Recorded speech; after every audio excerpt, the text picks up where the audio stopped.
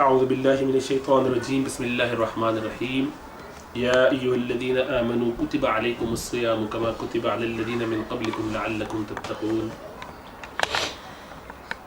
رمضان کی آمد ہے، بہت ہی قریب، 2 ہفتے زیادہ سے زیادہ رہ گئے، تو آج یہ خیال آیا کہ اسی موضوع پہ کچھ بات ہو کہ رمضان کا استقبال کیسے کیا جائے، اس کی تیاری کیسے کی جائے، اور اس میں کس طریقے سے ہم اپنے وقت کو پہلے سے پلان کریں کہ جب رمضان آئے تو ہم 3-4 دن یہ سوچنے میں نہ لگا دیں کہ ہمیں کرنا کیا ہے۔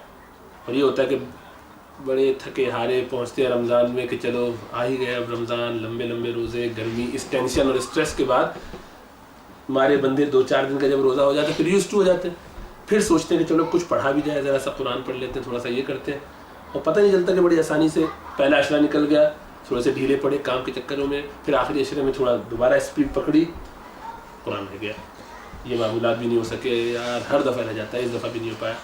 تو یہ جو ڈھیلا پن ہے جس کی وجہ سے اور پلان نہ ہونے کی وجہ سے ہم پورا رمضان گویا، یہ تو نہیں کہنا چاہیے کہ پوری طرح سے ضائع کر دیتے ہیں، لیکن جیسے کما حقہ اس سے فائدہ اٹھا سکتے تھے وہ نہیں اٹھاتے۔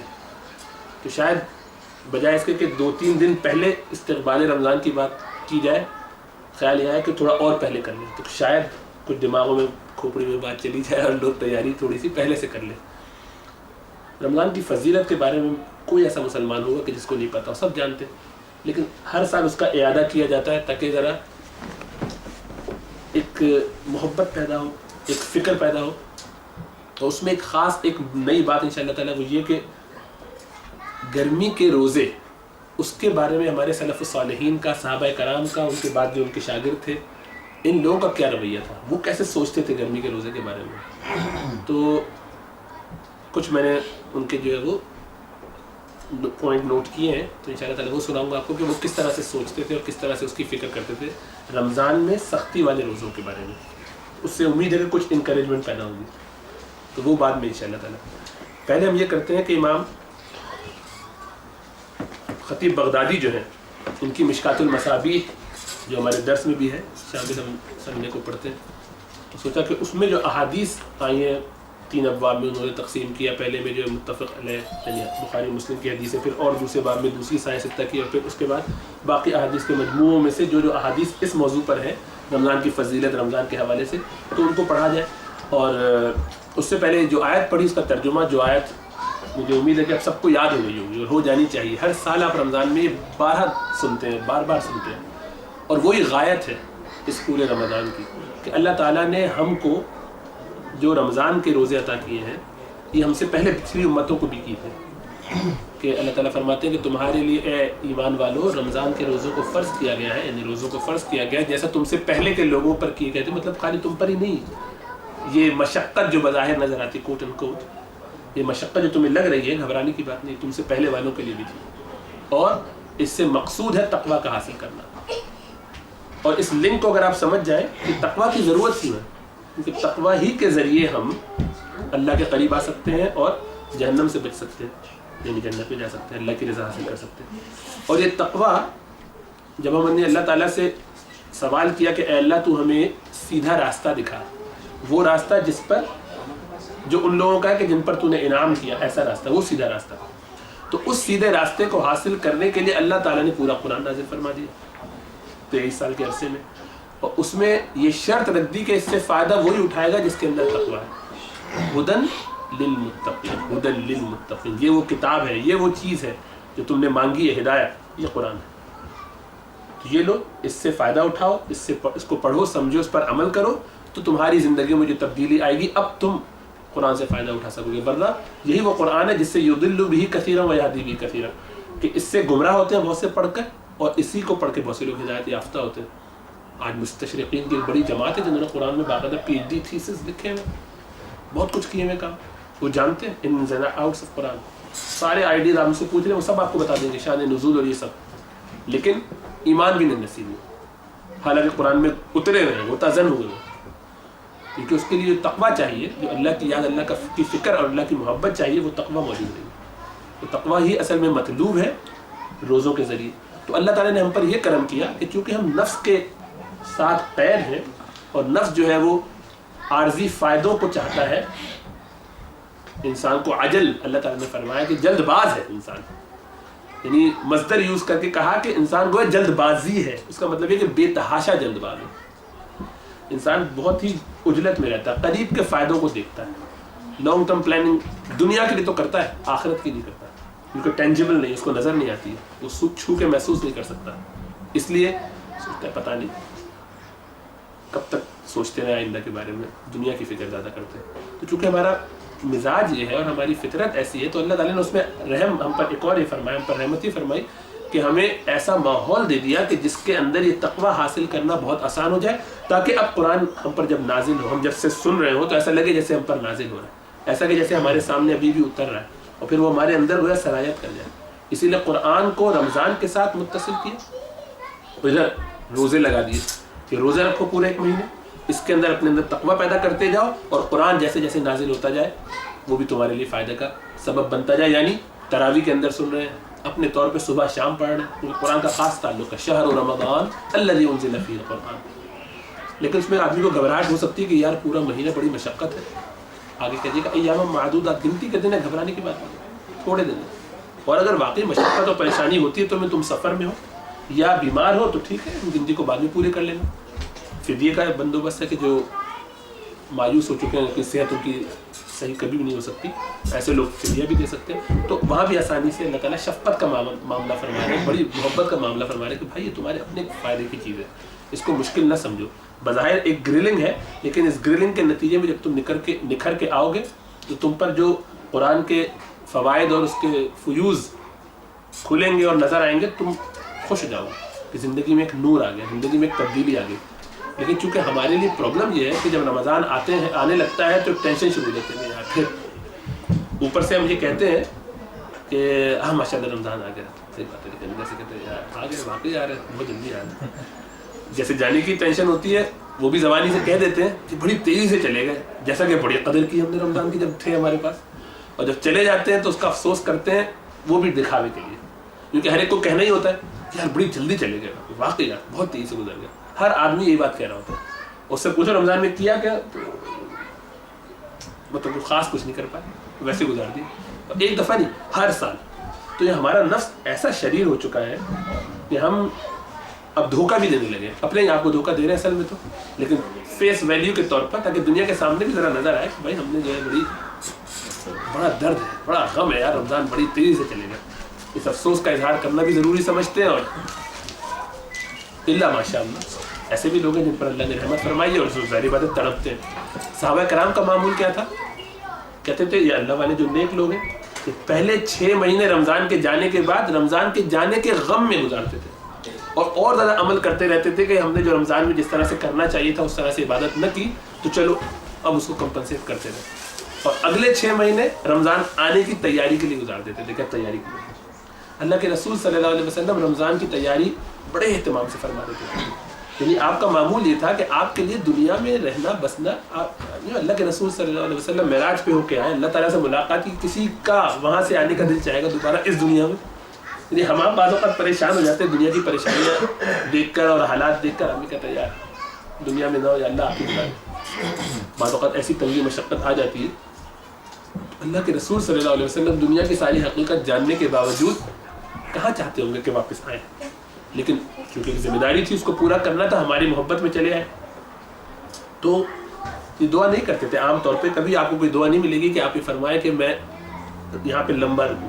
لیکن جب یہ ہوتا کہ رمضان سے چند مہینے رہ گئے، آخر کے 3 مہینے ہوئے، 2-3 مہینے، اب چونکہ لگتا کہ رمضان بہت ہی قریب ہے، تو اس کی فضیلت کو مد نظر رکھتے ہوئے فرماتے تھے یا اللہ اب مجھے رمضان تک کا موقع دے دے، میں چاہتا ہوں. یعنی اگر مجھے جانا ہوتا تو اس سے پہلے چلا جاتا تو ٹھیک تھا، لیکن اگر یہ طے نہیں ہوا ہے تو اب مجھے اللہم بارک لنا فی رجب و شعبان، اے اللہ ہمیں برکت دے دے رجب میں ہمارے اور شعبان میں، وبلغنا رمضان، اور ہمیں پہنچا دے رمضان میں، کیونکہ اب رمضان قریب ہے تو اب یہ چانس میں مس نہیں کرنا چاہتا. اس سے ذرا پہلے ہوتے تھے تو آپ بھی کبھی دعا اس طرح کی فکر نہیں کرتے تھے. مطلب یہ کہ جب اللہ بلا لیں گے چلے جائیں گے. لیکن یہ رجب کے قریب پہنچ کے آپ کہتے ہیں 1-2 مہینے کی بات ہے، یہ رمضان بھی مل ہی جائے مجھے تو اچھا ہے. اتنی اس کی فضیلت ہے. وہ جن کے لیے میری بات ہے اعمال اور نیکیاں اور یہ سب کوئی مسئلہ نہیں، جن کی اگلے پچھلے سارے معاملات درست، گویا کائنات ان کے لیے جن کے لیے بنی ہو تو ان لوگوں کے لیے تو کوئی ایشو نہیں ہے. اس کے باوجود اس طرح کی فکر کرتے کہ رمضان کی اتنی فضیلت اور اتنی اہمیت سمجھتے اور باقاعدہ چاند دیکھا کرتے اور اس کی دعا پڑھتے باقاعدہ کہ اب وہ رجب کا چاند دیکھ رہے ہیں, شعبان کا چاند دیکھ رہے ہیں. یہ سب اس لیے کرتے تھے کہ اندازہ لگائیں, اس پہ فکر ساری رمضان کے ارد گرد گھومتی کہ کس طریقے سے کتنے دن ہوں گے, کب آئے گا, شاید اس تاریخ کو, شاید اس تاریخ کو. یہ جو ایک فکر ہے احساس کرتے تھے اور بڑا اہتمام رمضان کا کے لیے بڑا ذہنی طور پر فکر اور ذہن بنا کے رکھتے تھے اور صحابہ کرام کو بڑی زبردست اس کی تلقین کیا کرتے تھے. تو جو اس بارے میں احادیث ہیں اس کو پہلے پڑھ لیتے ہیں جلدی تاکہ ہمیں تھوڑا سا اندازہ ہو کہ کس طرح کے الفاظ ہیں. بہت سے آپ نے سنے ہوئے لیکن نبی اکرم صلی اللہ علیہ وسلم کے الفاظ چونکہ کچھ طالب علم بھی ہیں تو ان کے لیے عربی کا فائدہ ہوگا اور جن کے لیے نہیں ان کو بھی ایک مانوسیت ہونی چاہیے. عربی زبان سے بھی ہمیں اس طور مانوسیت ہونی چاہیے کہ جیسے الحمدللہ قرآن سنتے ہیں تو ایک ہے ذہن بنا ہوا ہے, سمجھ میں آتا ہے, ساتھ ساتھ حدیث کے بھی الفاظ کبھی کبھی ذہن میں پڑھنے چاہیے عربی زبان میں, پتہ چلے ہمارے نبی کے الفاظ کس طرح کے ہوتے ہیں. ترجمہ تو سمجھ میں آ جاتا ہے یا پڑھ لیتا ہے آدمی, اس کا اپنا فائدہ ہے, اس سے عمل ہوتا ہے, لیکن الفاظ کی اپنی بھی خوبصورتی ہے, اس کی اپنی بھی برکت ہے. اور خیر طالب علموں کے لیے تو اس کا فائدہ ہے انشاء اللہ تعالیٰ. تو پھر میں انشاء اللہ تعالیٰ حدیث پڑھتا ہوں جلدی اور اس کا ترجمہ کر دوں گا اپنے کے لیے. اور اس میں ظاہر بات ہے ساری باتیں بڑی واضح ہیں, کیونکہ کہنے کی بات ہوگی تو ایک آدھ پوائنٹ اور پھر جو میں نے کہا کہ خاص پوائنٹ جو میں کور کرنا چاہتا ہوں وہ بعد میں کروں گا. اور اینڈ میں پھر کیا ہم کر سکتے ہیں, کس طریقے سے چیزیں اپنی سیٹل کریں کہ ہم رمضان کے لیے تیار ہوں اور رمضان میں پھر کیا کیا کریں, اس کے لیے اپنا ذہن بنائیں ان شاء اللہ تعالیٰ. تو نحمده ونصلي على رسوله الكريم اما بعد. فعن ابي هريره رضي الله تعالى عنه قال قال رسول الله صلى الله عليه وسلم اذا دخل رمضان فتحت ابواب السماء وفي روايه فتحت ابواب الجنه وغلقت ابواب جهنم وسللت الشياطين وفي روايه فتحت ابواب الرحمه. کہ یہ متفقاً علیہ حدیث ہے کہ فرماتے ہیں کہ اللہ کے رسول صلی اللہ علیہ وسلم ابو ہریرہ کی روایت میں کہ جب داخل ہو جاتا ہے رمضان تو آسمان کے دروازے کھل جاتے ہیں, اس سے مراد رحمت کے دروازے کھل جاتے ہیں, اور ایک روایت میں جنت کے دروازے کھل دیے جاتے ہیں, اور جہنم کے دروازے سارے بند کر دیے جاتے ہیں, اور شیاطین کو قید کر دیا جاتا ہے, چین کر دیا جاتا ہے. وعن سہل بن سعد رضی اللہ عنہ قال قال رسول اللہ صلی اللہ علیہ وسلم فی الجنة 8 ابواب منها باب یسمى الریان, اور ریان لا يدخله الا الصائمون. فرمایا کہ سہل بن سعد کی روایت میں رسول اللہ صلی اللہ علیہ وسلم نے کہ جنت کے 8 دروازے ہیں, ایک دروازے کا نام ہے ریان جس میں سے سوائے روزے داروں کے کوئی داخل نہیں ہوگا. اور وہ کیسے روزے دار ہوں گے وہ جب اس میں آئے گی تفصیل انشاءاللہ تعالیٰ تو ہم دیکھیں گے. وعن ابی ہریرہ قال قال رسول اللہ صلی اللہ علیہ وسلم من صام رمضان ایمانا واحتسابا غفر له ما تقدم من ذنبه ومن قام رمضان ايمانا واحتسابا غفر له ما تقدم من ذنبه ومن قام ليلة القدر ايمانا واحتسابا غفر له ما تقدم من ذنبه. کہ جس شخص نے رمضان کا روزہ ایمان اور ثواب کی امید, احتساب کا مطلب ثواب کی امید سے رکھا, اللہ تعالیٰ کے اوپر بھروسہ کرتے ہوئے بہت محنت سے طلب ہے کہ یا اللہ امید رکھ, تھوڑا بہت جو ٹوٹا پھوٹا کر رہے ہیں اس پہ آپ خوب اجر عطا فرمائیں گے. اور جس شخص نے اسی طرح سے قیام اللیل کیا یعنی تراویح اس کے اندر پڑھی, اور جس نے اس میں لیلۃ القدر میں جاگا اور اس کو تلاش کیا باقاعدہ, تو فرمایا اس کے پچھلے گناہ جو ہے سارے معاف کر دیے جائیں گے.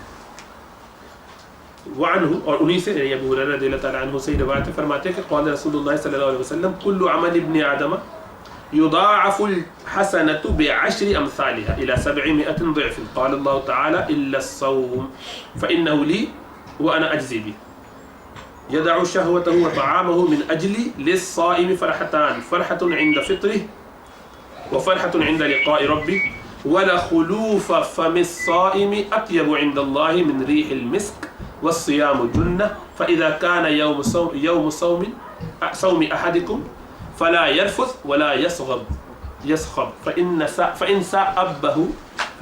سأبه أحد أو قاتله فليقل إني امرؤ صائم انی امرؤ صائم.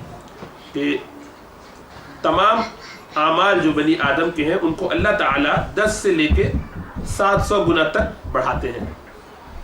اللہ تعالیٰ فرماتے ہیں سوائے روزے کے کہ یہ میرے ہی لیے ہے اور میں ہی اس کا اجر عطا فرماؤں گا. ایک دوسری روایت میں کہ میں ہی اس کا اجر ہوں, یعنی اللہ خود اس کو مل جاتا ہے, اللہ ہی خود گویا اس کا اجر ہے. جس کا اللہ ہو گیا دنیا میں سارے کام سنور گئے, آخرت میں سارے کام سنور گئے. فرمایا کہ اس نے چھوڑ دی اپنی خواہشات نفس کو اور اپنے کھانے پینے کو میری خاطر. پھر فرمایا کہ روزے دار کے لیے 2 خوشیاں ہیں. ایک جب کہ وہ روزہ کھولتا ہے تو عجیب و غریب خوشی ہوتی ہے. ایک خوشی تو ہمیں ویسے کھانے پر ہوتی ہے, لیکن جب سارے دن کا بھوکا آدمی ہوتا ہے اور اللہ سے امید رکھ کے جب اس نے روزہ رکھا ہوتا ہے, تھوڑی مشقت بھی کی ہوتی ہے, نیند بھی کم ہوئی ہوتی ہے, تو ایک دل میں ایک خوشی ہوتی ہے کہ الحمدللہ کچھ تھوڑی سی تو قربانی ہم نے دی اللہ کی رحمت سے.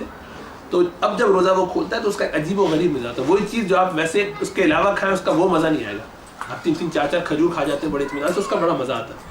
جو بھی کچھ مل جاتا ہے اس پہ بڑی اندر سے سکون کی کیفیت اللہ تعالیٰ پیدا فرماتے ہیں. تو ایک تو وہ خوشی جو روزہ کھولتے ہوئے ہوتی ہے, اور دوسرا جب کہ وہ اپنے رب سے ملے گا تو وہ والی خوشی عجیب و غریبی ہوگی.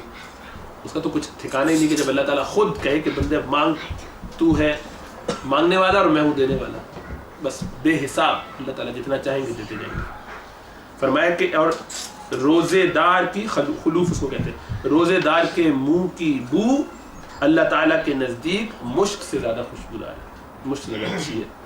اور روزہ ڈھال ہے, یعنی گناہوں سے ڈھال ہے, برائیوں سے ڈھال ہے, شہوت کے خیالات اور آئیڈیاز اور گناہوں سے روکتا ہے انسان کو.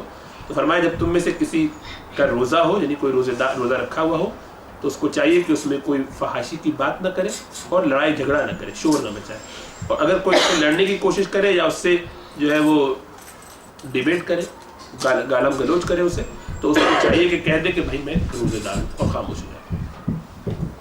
وعن ابي هريره قال رسول الله صلى الله عليه وسلم اذا كان اول ليله من شهر رمضان صفدت الشياطين ومردت الجن وغلقت ابواب النار فلم يفتح منها باب وفتحت ابواب الجنه فلم يغلق منها باب وينادي مناد يا باغي الخير اقبل ويا باغي الشر اقصر وللہ اتقاء من النار وذلك كل لیلہ.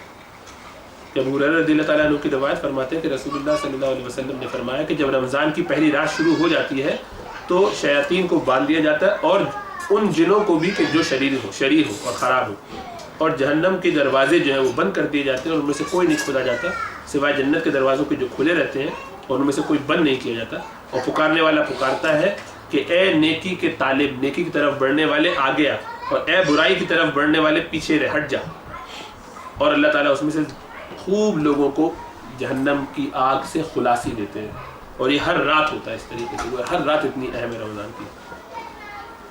وعن ابی ہریرہ قال رسول اللہ صلی اللہ علیہ وسلم اتاکم رمضان شہر مبارک فرض اللہ علیکم صیامہ تفتح فیہ ابواب السماء وتغلق فیہ ابواب الجحیم وتغل فیہ مردۃ الشیاطین للہ فیہ لیلۃ خیر من الف شہر من حرم خیرہا فقد حرم.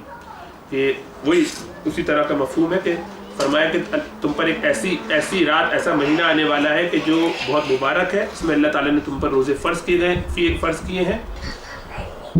جنت, آسمان کے دروازے یا رحمت کے اور جنت کے دروازے تینوں کہے جا سکتے ہیں کہ وہ کھول دیے جاتے ہیں, اور اس میں جہنم کے دروازے بند کر دیے جاتے ہیں, اور یہ جو شیاطین ہیں ان لوگوں کو باندھ دیا جاتا ہے. اس میں ایک رات ایسی ہے کہ جو 1000 مہینوں سے بہتر ہے, اور جو اس سے محروم رہا وہ بس محروم ہی رہا. یعنی جس نے اس رات کو گنوا دیا اور ضائع کر دیا, اس کو حاصل نہ کر پایا, وہ بہت ہی بڑا بد نصیب ہے, بڑا شقی ہے. اس نے بہت بڑا ایک خزانہ کھو دیا, محروم ہے وہ صحیح معلوم. عبداللہ بن عمرو ان کی روایت میں فرماتے ہیں کہ رسول اللہ صلی اللہ علیہ وسلم نے ارشاد فرمایا الصیام والقرآن یشفعان للعبد یقول الصیام ای ربی انی منعته الطعام والشہوات بالنہار فشفعنی فیہ ویقول القرآن منعته النوم باللیل فشفعنی فیہ فیشفعان. کہ عبداللہ بن عمرو بن العاص رضی اللہ تعالیٰ عنہما فرماتے ہیں کہ رسول اللہ صلی اللہ علیہ وسلم نے فرمایا کہ قرآن اور روزہ اور قرآن یہ دونوں شفاعت کرنے والے ہیں. سیام کہے گا قیامت والے دن اے رب میں نے اس کو کھانے پینے اور شہوت کی چیزوں سے روکا دن کے وقت, تو اس کی شفاعت قبول فرما, تو اس کے بارے میں میری شفاعت گویا قبول فرما.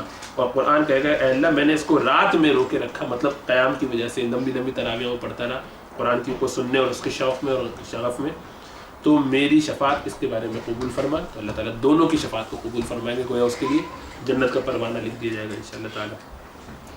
وعن انس قال دخل رمضان فقال رسول الله صلى الله عليه وسلم ان هذا الشهر قد حضركم وفيه ليلة خير من 1000 شهر من حرمها فقد حرم الخير كله.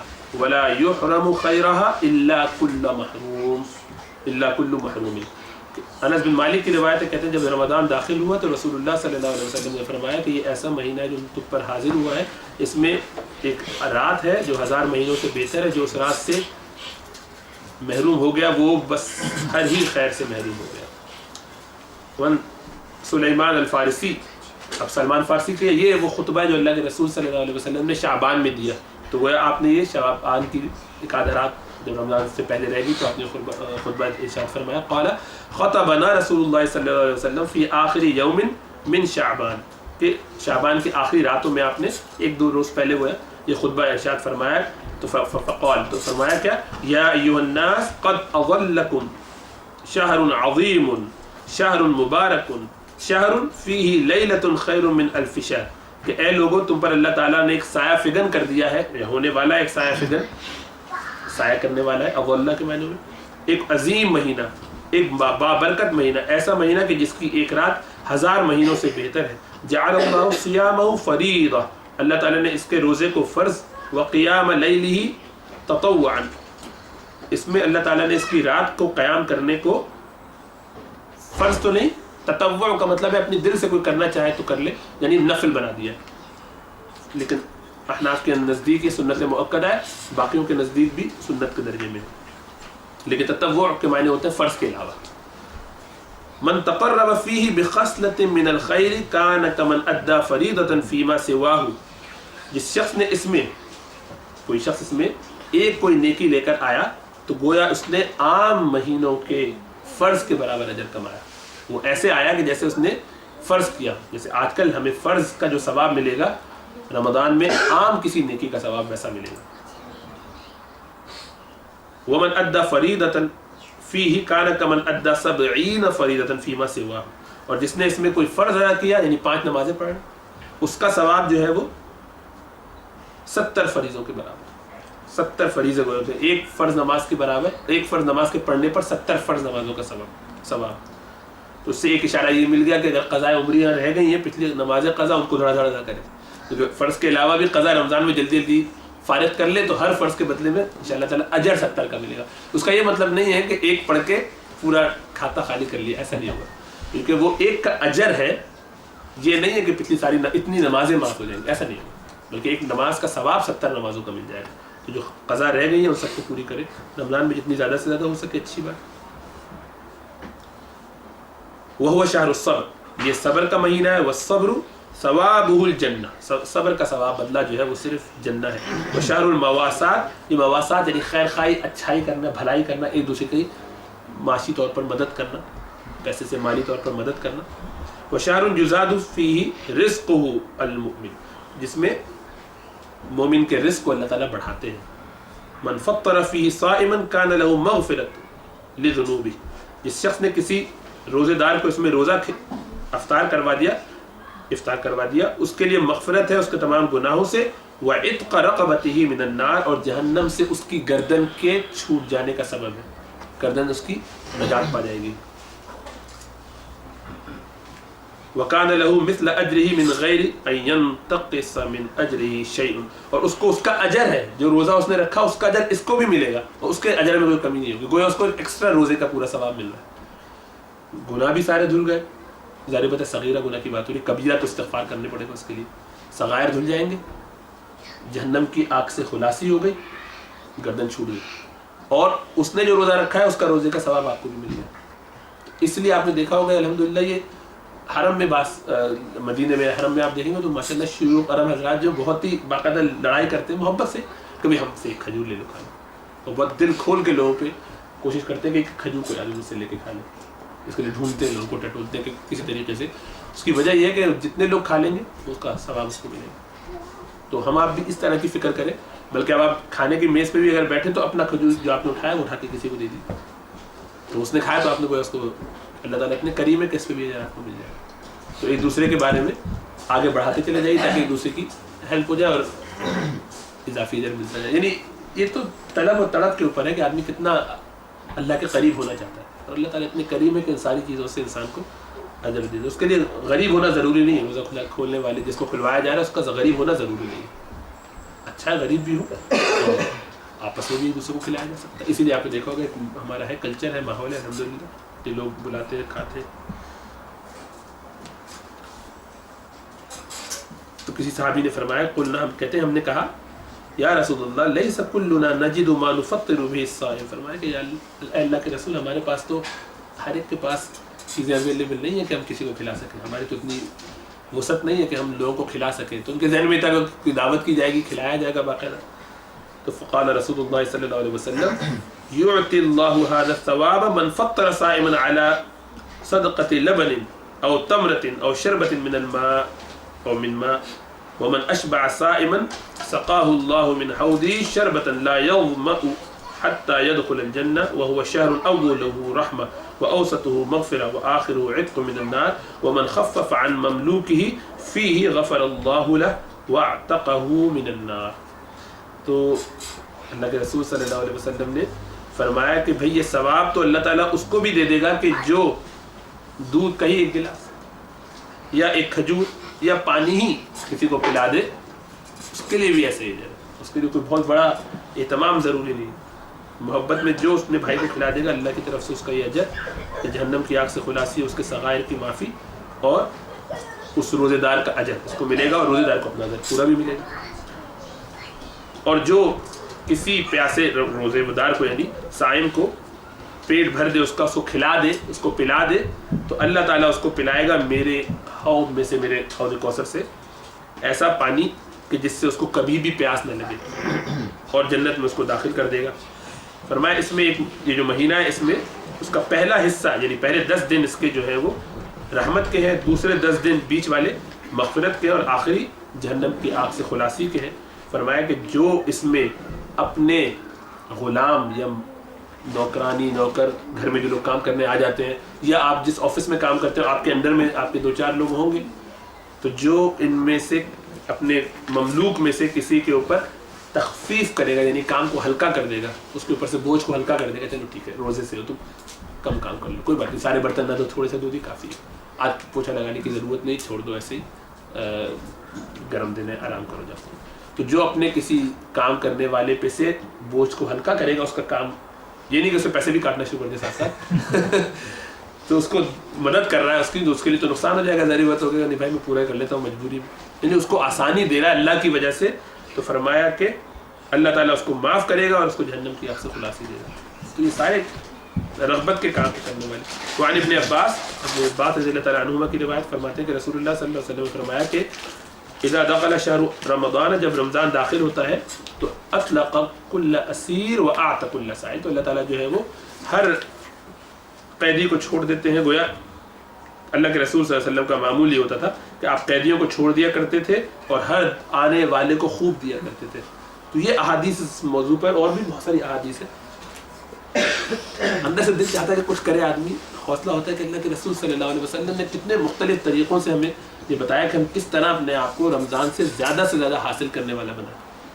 اب ہوتا یہ ہے کہ ہم جب رمضان کی یہاں پہ خاص طور سے رمضان کے بارے میں یا رمضان کی فکر کرتے ہیں, رمضان کے بارے میں سوچتے ہیں, تو پہلی ٹینشن یہ ہوتی ہے کہ اتنا لمبا روزہ کس طریقے سے گزارا ہوگا, کیا بنے گا, اور اس اسٹریس اور ٹینشن میں ہی سوچ کے اپنے آپ کو گھلاتے رہتے ہیں.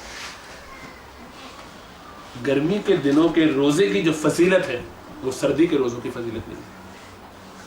اب آپ یہ کچھ لوگوں کا حال پڑھیں تو لطائف المعارف میں حافظ ابن رجب الحنبلی جو ہے رحمہ اللہ, انہوں نے بڑی زبردست کتاب لکھی لطائف المعارف. انہوں نے ہر مہینے کے حوالے سے اس کے بارے میں جو فضائل ہیں اس میں خاص چیزیں اس کو جمع کیا. تو ان کی کتاب سے میں نے جو یہ نکالے کچھ پیسیجز. تو فرماتے ہیں کہ معاذ بن جبل رضی اللہ تعالیٰ عنہ ابھی اپنے بستر مرگ پہ, انتقال کا وقت ہے, افسوس کیا کر رہے ہیں کہ ہائے اب شدید گرمی اور پیاس کی وہ شدت جو میں محسوس کرتا تھا روزہ رکھ کے وہ میں نہیں کر سکوں گا, جبکہ میرے سارے ساتھی اس طرح کی عبادت کر کے اللہ کے قریب ہو جائیں گے. وہ بستر پہ بیٹھے ہوئے, انتقال کا وقت ہے, ساری زندگی دین کی خدمت میں ایسی گزاری ہے کہ ہم جانتے ہیں کتنے بہت بڑے جید صحابی. فرمایا اللہ کے رسول نے اگر کسی کو دین لینا ہو تو ان 4 لوگوں سے, قرآن کو جو سمجھنا چاہے ان 4 لوگوں سے سمجھو, ان میں ایک ان کا نام. تو اتنے اونچے درجے کے ان کو اللہ کے رسول صلی اللہ علیہ وسلم نے اپنی حیات مبارکہ میں یمن کی طرف گورنر بنا کے بھیجا, اور جب انہوں نے بتایا کہ میں قرآن اور سنت اور اس کے بعد اجتہاد کروں گا، تو آپ نے فرمایا اللہ تعالیٰ کا شکر ہے کہ اس نے اپنے رسول کے رسول کو اتنی فہم اور سمجھداری اور شعور دیا ہے. تو آپ نے کو فرمایا کہ یہ رسول اللہ، یہ رسول ہے اللہ کے رسول کے رسول. تو اس درجے کے صحابی ہیں. لیکن افسوس اس پر کر رہے ہیں کہ آج دنیا سے چلا جاؤں گا تو یہ غم ہے، یا بستر پہ پڑا ہوا ہوں تو میں چونکہ کمزوری بہت زیادہ ہو گئی ہے تو اس شدت میں روزہ نہیں رکھ پا رہا، گرمی کی شدت میں. ابو بکر صدیق رضی اللہ تعالیٰ عنہ نفلی روزے گرمیوں ہی میں رکھتے ہیں. لیکن سردیوں میں روزہ رکھنے کی بھی فضیلت کہا، گرمیوں کو تلاش کر کے رکھتے ہیں، گرمیوں میں جب زیادہ سخت موسم ہوتا ہے. عمر فاروق نے اپنے بیٹے عبداللہ بن عمر رضی اللہ تعالیٰ عنہما کو جب ان کے اپنے انتقال کے وقت جو نصیحتیں کی، ان میں پہلی نصیحت یہ کہ دیکھو اللہ کے قریب ہونے کے کام کرنا، اور ان میں سے پہلی چیز بتائی اور وہ سب سے اہم چیز یہ ہے کہ تم شدید گرمی میں روزہ رکھنا مت چھوڑنا. قاسم بن محمد بن ابو بکر صدیق کے جو بیٹے ہیں قاسم محمد، ان کے بیٹے ہیں قاسم. یہ قاسم جو ہے مدینہ کے 7 فقہا جو مدینہ کے کہلاتے جو ٹاپ لیول کے فقہا ہیں ان میں ان کا شمار ہوتا ہے، سعید مسیب اور اس طرح کے لوگوں میں. یہ حضرت عائشہ کے ظاہری بات بھتیجے ہوئے. تو حضرت عائشہ کے بارے میں کہتے ہیں کہ وہ شدید گرمی میں روزہ رکھا کرتی تھی. تو پوچھا کہ کیا اس کی وجہ کیا تھی؟ تو فرمایا کرتے تھے کہ وہ اس سے فائدہ اٹھانا چاہتی تھی کہ جبکہ باقی لوگ اور کاموں میں لگے ہوئے تو کہتی کہ جب سودا سستا ہو تو خریدار بہت ہوتے ہیں، شدید گرمی میں گویا کہ کام کرنے والے کم لوگ ہیں، تو ایسے موقع پہ کام کرنا چاہیے کہ جب کم لوگ کر رہے ہیں. تو شدید گرمی میں روزہ رکھنے کو پریفر کرتی تھی، پسند فرماتی تھی. اللہ تعالیٰ نے موسیٰ علیہ السلام سے فرمایا کہ جو میری خاطر پیاسا رہے گا میں اسے بڑے عظیم اور سخت دن کی گرمی کی شدت سے نجات کی خوشخبری سناتا ہوں.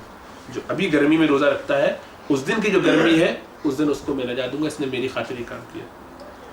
حضرت حسن بصری کا یہ قول مشہور ہے کہ فرماتے ہیں کہ جنت کے بارے میں بتاتے ہیں کہ جنت میں اللہ کا نیک بندہ ایک شہد کی نہر کے کنارے اپنی ایک حور کے ساتھ ہوگا، اور وہ حور اس سے کہے گی، اس کو وہاں کا پانی بڑا میٹھا اور لذیذ قسم کا پانی پیش کرتے ہوئے کہ آپ کو پتہ ہے کہ ہمارا آپ کا نکاح کب ہوا؟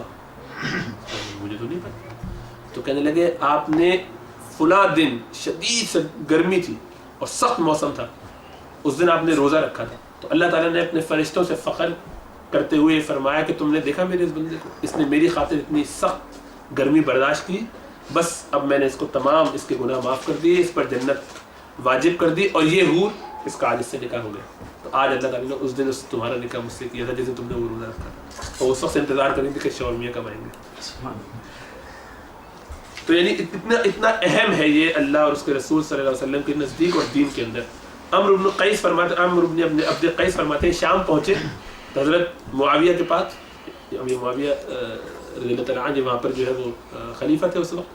تو ان سے پوچھا بھائی اور آپ کی کوئی خدمت کی جائے، کوئی مدد کی جائے، کوئی آپ کو چاہیے؟ کہیں گے نہیں کچھ نہیں چاہیے. بہت پوچھا تو کہتے ہیں بس مجھے بصرہ کی سخت گرمی دے دی، خدا کی قسم وہاں کے روزوں کو میں ترس گیا. ایسی شدید گرمی میں ہم روزے رکھتے تھے تو مزہ آتا تھا، یہاں کے تو روزے پتہ ہی نہیں چلتے. شام ظاہری بات ہے لیونٹ کی ذرا ٹھنڈا موسم ہے، ٹھنڈا علاقہ ہے گرم عرب کی گرمی کے مقابلے میں. تو کہتے ہیں مجھے اگر کچھ آپ دلا سکتے تو وہاں کی گرمی لا دیجیے کہ میں ذرا اس گرمی میں روزہ رکھوں. حالانکہ یہاں آسانی ہے تو لیکن اس گرمی کو یاد کر کے کہ وہ روزہ مل جائے کسی طریقے سے. حجاج ابن یوسف کا واقعہ ہے کہ مکہ اور مدینہ کا سفر اس نے جب کیا تو وہاں پر کھانا اس دفعہ کھلوایا تو کوئی بدو آس پاس اس کو نظر آیا، اس کو بلوایا کہ آؤ ہمارے ساتھ کھانا کھاؤ. اس نے کہا نہیں میرا روزہ ہے. اتنی شدید گرمی میں روزہ رکھ کر بیٹھے. کہنے لگے اس روزے کی تو آپ کو اندازہ ہے کتنی فضیلت ہے، تو یہی تو اصل دن ہے روزہ رکھنے کا. تو کہنے لگا کہ تو حجاج نے کہا کہ تو آج کھانا کھا لو ہمارے ساتھ، کل روزہ رکھ لینا دوبارہ، نفلی روزہ تو توڑا جا سکتا ہے کسی کے کہنے پر. تو کہنے کل زندہ رہنے کی گواہی آپ اور گارنٹی دے سکتے ہیں تو میں توڑ دیتا ہوں، کل رکھ لوں گا. تو کہنے بھائی یہ تو گارنٹی میں نہیں دے سکتا ہوں، اللہ ہی دیتے ہیں. تو کہنے پھر مجھ سے ایسا تقاضا نہ کریں. تو بھائی جاؤ چھوڑ دی. ابو الدرداء رضی اللہ تعالیٰ عنہ فرماتے ہیں کہ روزہ رکھا کرو شدید گرمی میں. یہ صحابی رسول ہے، بہت بڑے صحابی، کہتے ہیں کہ روزہ رکھا کرو شدید، جتنی زیادہ گرمی ہو اس دن قیامت کی گرمی کو یاد کرتے ہوئے اور اس کی تیاری کرتے ہوئے. جب شدید گرمی میں روزہ رکھو تو ہمیشہ قیامت کی گرمی کو یاد کرو کہ یا اللہ میں آج یہاں روزہ رکھ رہا ہوں، اس دن تو میری مدد فرمانا، آج میں تیری خاطر یہ کام کر رہا ہوں تو میرا اس دن سہارا بن جانا. اور رات کی سیاہ تاریکی میں 2 نفل تہجد کے پڑھا کرو، قبر کی تنہائی کی تنہا سخت اور اندھیری رات کو یاد کرتے ہوئے کہ جب وہاں ہوگے تو وہاں کوئی سہارا نہیں ہوگا. تو وہاں اللہ سے کہنا یا اللہ یہ رات کی اس وقت کی جو تاریکی ہے اس میں تجھے یاد کر رہا ہوں، کھڑے ہو کے نیند کو اپنے قربان کر کے، تو قیامت والے دن تو میرا بندوبست کر دیجیے وہاں پر. تو یہ سب سن کے پڑھ کے لگتا ہے کہ ہم کیا کر رہے ہیں، یعنی ہم گرمی سے بھاگ رہے ہیں اور یہاں یہ لوگ فکر میں لگے ہوئے کہ گرمی کا روزہ مجھے مل جائے، کیونکہ اس کی جو فضیلت ہے اس کی کوئی مقابلہ نہیں. اور اب تو ہم ایکسپیرینس بھی کر سکتے ہیں، یہ پہلا سال تو ہے نہیں، ہم ایکسپیرینس کر چکے ہیں پچھلے سالوں میں، 2-3 سالوں سے ہی گرم موسم آ رہے ہیں اور گرمی کے روزے لمبے روزے. اور مجھے ابھی تک تو اطلاع نہیں ملی کہ کوئی آدمی مرا ہو روزہ رکھ کے، یا کسی کی بہت حالت خراب ہو گئی، کوئی ڈائبیٹک ہے، کوئی اور بیماری ہے تو ایک الگ بات ہے. الحمدللہ وہ بھی گزارا کرتے ہیں. لوگوں کو میں نے دیکھا بڑے بوڑھے قسم کے لوگ ہمت کرتے ہیں اور پھر کھڑے بھی رہتے ہیں تراویح میں. یہ تو حوصلے کی بات ہے بھائی، تو جذبے کی بات ہے. میں آپ ویسے زیادہ کھا کے تو مر سکتے ہیں، بغیر کھائے میں مرنے کا امکان نہیں ہے. جو ہمارے پاس فیٹ کے ریزروز ہیں نا آس پاس، وہ مرنے نہیں دیں گے، آپ فکر نہ کریں. نہیں، میں ہیومنلی بات کر رہا ہوں، میڈیکلی اس قدر اسٹوریج ہے گلائکوجن کا کہ وہ کچھ ہونے نہیں دے گا. گھبرانے کی بالکل بات نہیں. روزہ رکھ کے ہم میں سے کوئی مرنے والا نہیں. اس مشقت کو آدمی تھوڑا سا برداشت کرے اور کہے کہ یا اللہ تو اس کو آسان کر دے، اللہ آسان کر دے، لیکن اس سے گھبرانے کی بات نہیں، اس میں پریشان نہیں ہونا چاہیے. اور اب تو اپنا ذہن یہ بنائے کہ ہم روزے کو بڑی محبت سے اس کا انتظار کر رہے ہو، مارے بندھے نہیں کہ وہ آدمی کہ جس کو کھینچ کے گھر والے لے کے جا رہے ہو اور وہ جو تڑپ رہا ہے یار کیا مصیبت ہے، جانا تو پڑے گا ہی، روتے دھوتے جانا ہے، آ گیا رمضان تو کیا کریں، پڑ گئی سر پہ، اب تو بھگتنا پڑے گا، رکھنا تو ہے ہی روزہ. تو وہ جو ایک عادت بن گئی روزہ رکھنے کی، وہ رکھنا بھی ہے، دکھانا بھی ہے، بتانا بھی ہے، یا خود کیا ہے. چلو یہ ایٹیٹیوڈ نہیں ہونا چاہیے رمضان کے بارے میں. اور ایسا لگتا ہے کہ ہم باتیں کرتے ہیں، کبھی کبھی کہتے ہیں کل نہ آئے روزہ، پرسوں آ جائے، ایک دن بعد ہو جائے، ایک دن اور مل جائے. یعنی عجیب و غریب سا ایٹیٹیوڈ ہے. طلب جو ہے وہ روزے کی نہیں ہے، ہونی چاہیے. تو ایک تو اس طلب کو پہلے پیدا کریں تاکہ رمضان بھی ہمارا مہمان کی طرح جب وہ آئے تو ہم سے محبت کرے. اگر میزبان کے بارے میں کسی کو یہ پتہ چل جائے کہ یہ میرے آنے سے بس اوکے ہی ہے، خوش نہیں ہے زیادہ، آپ کیا سمجھتے ہیں کہ وہ میزبان جو مہمان آیا وہ لٹا کے جائے گا آپ پر کچھ؟ وہ کہا یار چل ایک آدھ کوئی تحفہ مٹھائی دے دی، اس کو گلاب جامن دے دو، جاؤ بھاگے گے. اس پر کوئی مال نچھاور کر کے نہیں جائے گا. اور رمضان کے پاس تو بہت کچھ ہے دینے کے لیے، تو وہ اسی پہ لٹائے گا جو اس سے محبت سے انتظار کر رہا ہوگا. ہم آپ بھی ایسے ہی کرتے ہیں کہ جو ہاتھ پھیلا کے ہمارا استقبال کرتا ہے ہم اس کے پاس زیادہ جانا چاہتے ہیں. تو اس طرح سے استقبال کیجیے رمضان کا کہ جب رمضان آئے تو ہم بہت تیار ہوں، خوشی ہو اندر سے، رمضان آ رہا ہے ماشاء اللہ. اگر یہ نہیں ہو رہا تو اس کو آرٹیفیشلی پیدا کرنے کی کوشش کی، بنائے یا اللہ نہیں میں تیار ہوں، یا اللہ میں اپنے دل میں ارادہ کریں، ابھی بھی ارادہ کریں کہ یا اللہ میں پوری اہمیت کے ساتھ پوری محبت سے رمضان کا انتظار کر رہا ہوں. اب تک نہیں کر رہا تھا، اب ارادہ کرتا ہوں کہ پوری محبت سے رمضان کا استقبال کروں. یا اللہ اس مہمان کو ہمارے لیے باعث برکت بنا، ہمارے اوپر اس کے خوب رحمتیں ہمارے اوپر نازل ہوں، ہم سے خوب راضی ہو کر جائے اور تو اس کے ذریعے سے راضی ہو جائے کہ تیری وجہ سے کر رہے ہیں. اس کے نتیجے میں تقویٰ جو حاصل ہوگا وہ ہمیں دین پر چلانے والا بنا. ایسا تقویٰ حاصل ہو جائے یا اللہ کہ وہ اگلے پورے 11 مہینے کے لیے ہمارے لیے کافی ہو جائے، جو ہمیں بالکل اس کہتے ہیں نا وہ جو چارج ہو گئے ہیں وہ فل ٹائم اور رمضان میں چلے. اب ہوتا یہ ہے کہ ہم چونکہ پہلے سے تیاری نہیں کرتے، ذہن بناتے نہیں ہیں، تو ہمارے بندے شروع کرتے تو بہت سارا وقت ضائع ہو جاتا ہے. تو ضائع نہیں ہونا چاہیے، پہلے سے تیاری کر کے رکھیں، ذہن بنا کے رکھیں. اب اس میں کیا کرنے کی چیزیں، 2-3 اہم چیزیں ذہن میں رکھیں. رمضان سے پہلے، رمضان کے اندر تک کوئی اہم کام ایسا نہیں ہونا چاہیے کہ جو آپ پہلے کر سکتے تھے آپ نے نہ کیا. بعض تو کام ایسے ہوں گے جو آپ کی مجبوری ہے آفس کی طرف سے، یا جو بھی جاب کے ہیں ایشوز یا پڑھائی کے ایشوز ہیں، وہ تو آپ کو رمضان میں کرنے تو کرنے، جو اسائنمنٹس اس وقت ملیں گے. لیکن یہ نہ ہو کہ ابھی کا کوئی اسائنمنٹ ہے جو آپ کو پتہ ہے کہ مجھے رمضان کی 5 تاریخ تک دینا ہے، اس کو ابھی کر کے فارغ کیجیے. یا یہ ہوم ورک میرا یا یہ پروجیکٹ میرا جو ہے اس وقت تک کر کے دینا، اس کو ابھی سے بھگتائیے، نکال کے فارغ کیجیے تاکہ رمضان میں آپ ریلیکس ہوں ان معاملات میں. اور اس میں ایڈ ہاک بیس پہ بس خالی کام کر رہے ہو منیمم، کہ دل نہیں چاہ رہا یا اللہ تجھ سے تعلق توڑنے کا مجبوری ہے کہ مجھے اس وقت دنیا میں جا کے لگنا پڑ رہا ہے، دل تو تجھ سے ابھی بھی جڑا ہوا ہے، لیکن اب یہ سب کام کرنا یہ بھی ہماری ذمہ داری ہے، حلال کمانا بھی ذمہ داری ہے، اولاد کے اپنے جسم کا حق ہے. تو وہ ایک کانٹریکٹ جو پورا کر رہا ہوں، لیکن دل اس میں نہیں لگا ہوا، دل تو آپ کے ساتھ ہی لگا ہوا. تو ایسے پتہ چلے گا جب میں نے اپنے سارے اہم کام جو میں پہلے کر سکتا تھا کر لیے. اس میں ایک اور اہم کام کیا ہے، شاپنگ. اب عید کے اندر بیٹھے ہوئے رمضان میں عید کی شاپنگ پوری رمضان میں ہو رہی. رمضان کا آخری عشرہ، آخر کے 4-5 دن تو ضائع ہو جاتے لگے ہوئے عید کی رات بھی، اور وہ سارے دنوں کو طاق راتوں کو ادھر ادھر بازاروں میں گزارنا، یہ کرنا وہ کرنا. تو پاکستان میں تو بہت ہوتا ہے، ظاہر بات ہے یہاں پر نہیں ہوتا اتنا زیادہ، لیکن کیا ضرورت ہے، آپ کو پتہ ہے کہ عید پہ تحفے دینے ہیں بچوں کو یا جو بھی کرنا ہے اس کا انتظام ابھی کیجیے. ابھی 1 ہفتے 2 ہفتے میں جو ٹائم ہے، اسی طریقے سے جو اور اہم کام ہے جو آپ کر سکتے ہیں پہلے سے، اس کو کر کے فارغ کر دیجیے. کسی سے کوئی کانٹریکٹ کوئی جو ہے وہ پرومس کر لیا ہے، اس سے کہیں کبھی وہ رمضان میں مجھے فارغ کر دو، کچھ اور اگر کام ہے تو اس سے پہلے ہم کر لیتے ہیں. یہ میٹنگ ہے یا وہ میٹنگ ہے وہ سب ابھی کر لیتے ہیں ان شاء اللہ. ایک تو کام یہ کرنے کا دل سے خوش ہو گئے, ذہن بنا رہے ہیں, تیار کر رہے ہیں, محبت سے اپنے آپ کو بار بار سوچیں رمضان کے بارے میں, اپنے اوپر آرٹیفیشیل ہی صحیح آہستہ آہستہ اس خوشی کو ڈالیں تاکہ ایک موڈ بنے, ایک ماحول بنے, اور آس پاس بھی لوگوں سے اس کا تذکرہ کریں, اور جو اہم کام ہے ان کو کر لیں. اور اب پلان کریں اس کے بعد تیسرے نمبر پہ کہ میں اس رمضان میں یہ ٹارگٹ رکھتا ہوں جو مجھے اچیو کرنا ہے. تو پچھلے سال کے رمضان کو اپنی نظر میں رکھیے کہ اس رمضان میں میں نے پچھلے سال کے رمضان میں میں نے یہ کیا تھا, یہ میرا رہ گیا تھا, یہ میرا رہ گیا تھا. مثال کے طور پہ قرآن میں مکمل نہیں کر پایا تھا یا ایک قرآن ختم کیا تھا, جبکہ میرے پاس تھی گنجائش میں 2 کر سکتا تھا, میں نے 2 نہیں کیا, پھر زیادتی کی, میں نے 2 کا معمول بنا. جنہوں نے 1 کیا تھا وہ 1.25 کا بنا لیں, 1.5 کا بنا لیں, 2 کا بنا لیں, جو آپ کی کیپیسٹی ہے. ایک تو منیمم ہر مسلمان کو کرنا چاہیے. یہ امام ابو حنیفہ فرماتے ہیں کہ ہر مسلمان پر قرآن کا یہ منیمم حق ہے کہ 1 قرآن رمضان میں اور 1 رمضان کے علاوہ. امام مالک تو فرماتے ہیں ہر 40 دن پہ 1 قرآن. تو وہ لے لیجیے یا یہ لے لیجیے, تو اس کو لیں تو اس منیمم پہ تو جو ہے قرآن کا اتنا حق تو ادا کریں کہ اتنا پڑھا جائے 1 پارہ. اور اس سے یہ ذہن میں ہوگا کہ جناب تیاری کر کے دن میں چلے گئے, 1 آدھ دن پہلے, مطلب جو رمضان کا وقت شروع ہوتا ہے 1 آدھ دن پہلے شروع کریں تاکہ ایک آپ کو صحیح نا تھوڑا سا ہیڈ اسٹارٹ مل جائے, کہنا چاہیے. اگر آپ کو لگتا ہے کہ میرے لیے مشکل ہے ختم کرنا.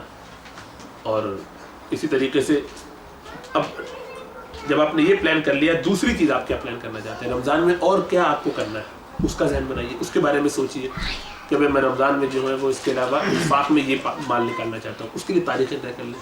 چھٹیاں, فواد بیٹھے ہوئے ماشاء اللہ ہر سال رمضان میں فرائیڈے کی چھٹیاں بنا لیتے ہیں, پہلے سے 6 مہینے بناتے رہتے ہیں. جیسے جس کو بہت اچھی چیز ہے, ڈاکٹر صاحب کرتے ہیں چھٹیاں, یعنی فرائیڈیز کو چھٹی کر سکتے تو کیوں نہیں کرتے, اور دنوں میں بھی کریں. اپنی چھٹیوں میں سے کچھ چھٹیاں, ہر چھٹی کو پاکستان جانے کے لیے نہ بنائیں. ہر چھٹی میں جو ہے وہ کہیں گھومنا جانا ضروری نہیں ہے. کچھ چھٹیاں رمضان کے لیے بھی رکھیں تاکہ اس میں آپ ذرا خاص طور سے آخری عشرے کے بارے میں طے کریں. بھی پورا عشرہ نہیں کر سکتا تو 4 دن سے 3 دن سے, یا ویکینڈس کو اپنا یوٹیلائز کریں صحیح معنوں میں. آخری کے 10 دن اعتکاف نہیں کر سکتا تو ابھی پلان کریں کہ اعتکاف کر سکتا ہوں. ابھی سوچیں کہ کیا آپ میں سے کیا ایسا نہیں کہ ہم کوئی 1 دن کا اعتکاف کر سکتے ہیں کم از کم, ورنہ 10 دن کا پورا کریں.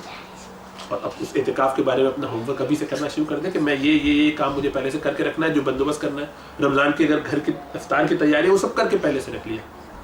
یعنی سوچیں کہ آپ اپنے رمضان کو پچھلے رمضان سے بہتر کیسے بنا سکتے ہیں, اور ان چیزوں کو باقاعدہ کہیں لکھ کے ایک پرچے پر دیوار پہ لگائیں. ایک دوسرے کو ریمائنڈ کرائیں, میاں بیوی ایک دوسرے کو ریمائنڈ کرائیں کہ بھائی دیکھو تم نے کہا تھا تم کہاں تک پہنچے. چیک کریں ایک دوسرے پہ کہ کتنا قرآن پڑھ لیا, کتنا رہ گیا. تم ابھی 6 پہ ہی ہو, 8واں روزہ تو ابھی تک 6 پہ نہیں, آج آپ نے کچھ نہیں کرنا, بیٹھے ابھی ختم کریں.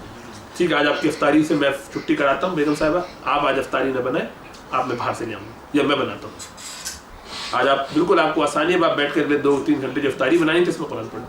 یہ جو محبت کا تعلق ہے ایک دوسرے کی ہیلپ کرنے کے لیے, اس پہ لگیں, اس پہ ایک دوسرے کی مدد کریں تاکہ ہم اپنے ٹارگیٹس کو اچیو کر سکیں. رمضان کھانے پینے کا نہ ہو کے رہ جائے کہ صرف بس بھرنے کے لیے بیٹھے ہوئے, سحری بنائے بیگم یا افطار بنائے, اس کو کچھ اور کرنے کا ٹائم ہی نہ ملے. تو یہ کریں کہ کیونکہ بچے تو اس کو دل میں نہ لیں, کام تو اپنا کرنا ہی اس کے علاوہ, تو ذرا اپنی ڈیمانڈ کو کم کرتے ہوئے فکر کریں, کیونکہ ہم اس سے حاصل تقویٰ کرنا چاہتے ہیں, ہم اس کے ذریعے اللہ کے قریب ہونا چاہتے ہیں. اور تقویٰ اس صورت میں حاصل ہوگا جب ہم دین کی فکر میں لگیں گے, جب ہم اپنے آپ کو روکنے کی فکر کریں گے. سارے دن اپنے آپ کو شہوت سے, گناہوں سے اور حلال چیزوں سے جو اللہ تعالیٰ نے جائز رکھی تھی ان سے روک کے رکھا, رات میں پھٹ کے کھانے کی میز پہ ایسے جا کے گرے کہ اب موت ہی آئے تو آئے, ورنہ میں ادھر سے ہلنے والا نہیں. اتنا کھا لیا کہ بات کرنے کی صلاحیت نہیں. تراویح میں کھڑے ہو کے آس پاس کے لوگوں پہ ڈکاروں پہ مت ڈکارے, عجیب حال ہے لوگوں. اور مستقل آپ کو چنوں کی, چھولوں کی, پکوڑوں کی آتی رہتی ہے, اس لیے کہ اتنا یہاں تک کھا دیا. تو یہ کوئی طریقہ اچھا نہیں ہے کہ آدمی جو ہے اس کو ذرا اعتدال سے رکھے. اتنا تو کھائے کہ تاکہ صحیح رہے, لیکن اس ٹینشن میں کہ پتہ نہیں اگلے دن کیا ہوگا, رات میں بھی بھر لیتا ہے اور پھر افطار میں بھی 2-4 اور کھا لیتا ہے. کہتا ہے سوچے آخری میں یہ 2 آم بھی کھائے گا. مطلب اینٹیسپیشن میں اتنا زیادہ کھا لیتا ہے کہ پھر اس کا سارا دن عبادت بھی صحیح نہیں ہو رہی ہے, کیفیت بھی عجیب ہے, اور تراویح بھی صحیح نہیں ہو رہی ہے, اور الٹا وزن بڑھ جاتا ہے رمضان کے بعد. تو میڈیکلی بھی صحیح نہیں, کیونکہ آپ نے جو اگلے 5 گھنٹے میں 3 وقت کا کھانا کھا لیا ہے. خدا کا خوف ہو گیا, یعنی اس 5 گھنٹے میں تو خالی ایک ہی ڈھنگ کا میل ہونا چاہیے, لیکن کسی طرح گھسیڑ کے 3 میل لے ہی جاتا ہے انسان کہ تینوں ہو جائے کہیں نہ کہیں. پراٹھے بھی اس میں چل رہے ہیں. تو یہ بہت ہی خطرناک ہے, صحت کے حساب سے بھی خطرناک ہے اور روحانیت کے لیے بھی زہر, روحانیت کے لیے بالکل زہر.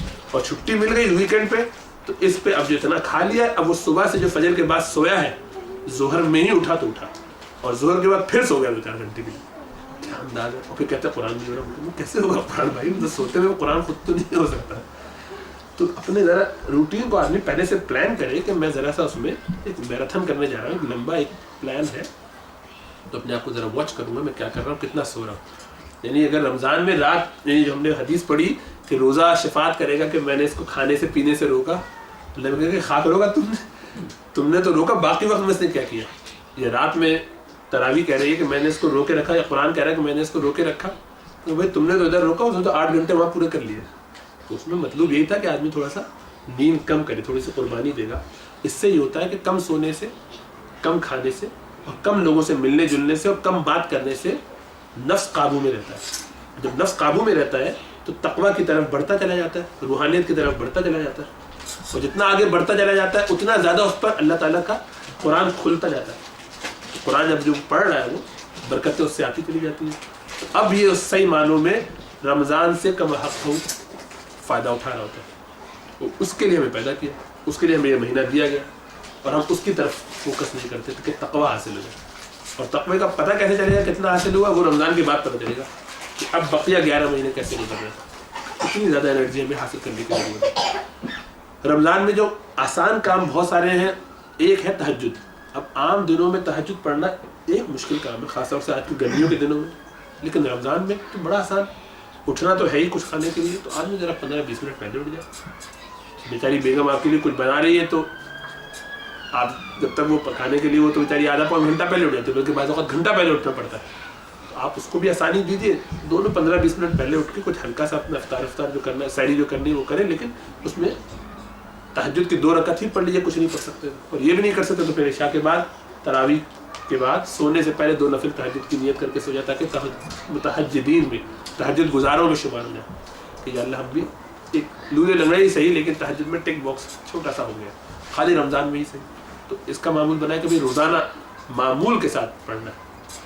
ایک دوسری نیکی کا کام آپ یہ کر سکتے ہیں کہ اذکار جو آپ کے چھوٹ جاتے ہیں, کبھی ہو رہے کبھی نہیں ہو رہے, اس کا ایک معمول بنائے, فکس ٹائم بنائے کہ بھئی یہ اذکار مجھے اس طرح سے کرنے.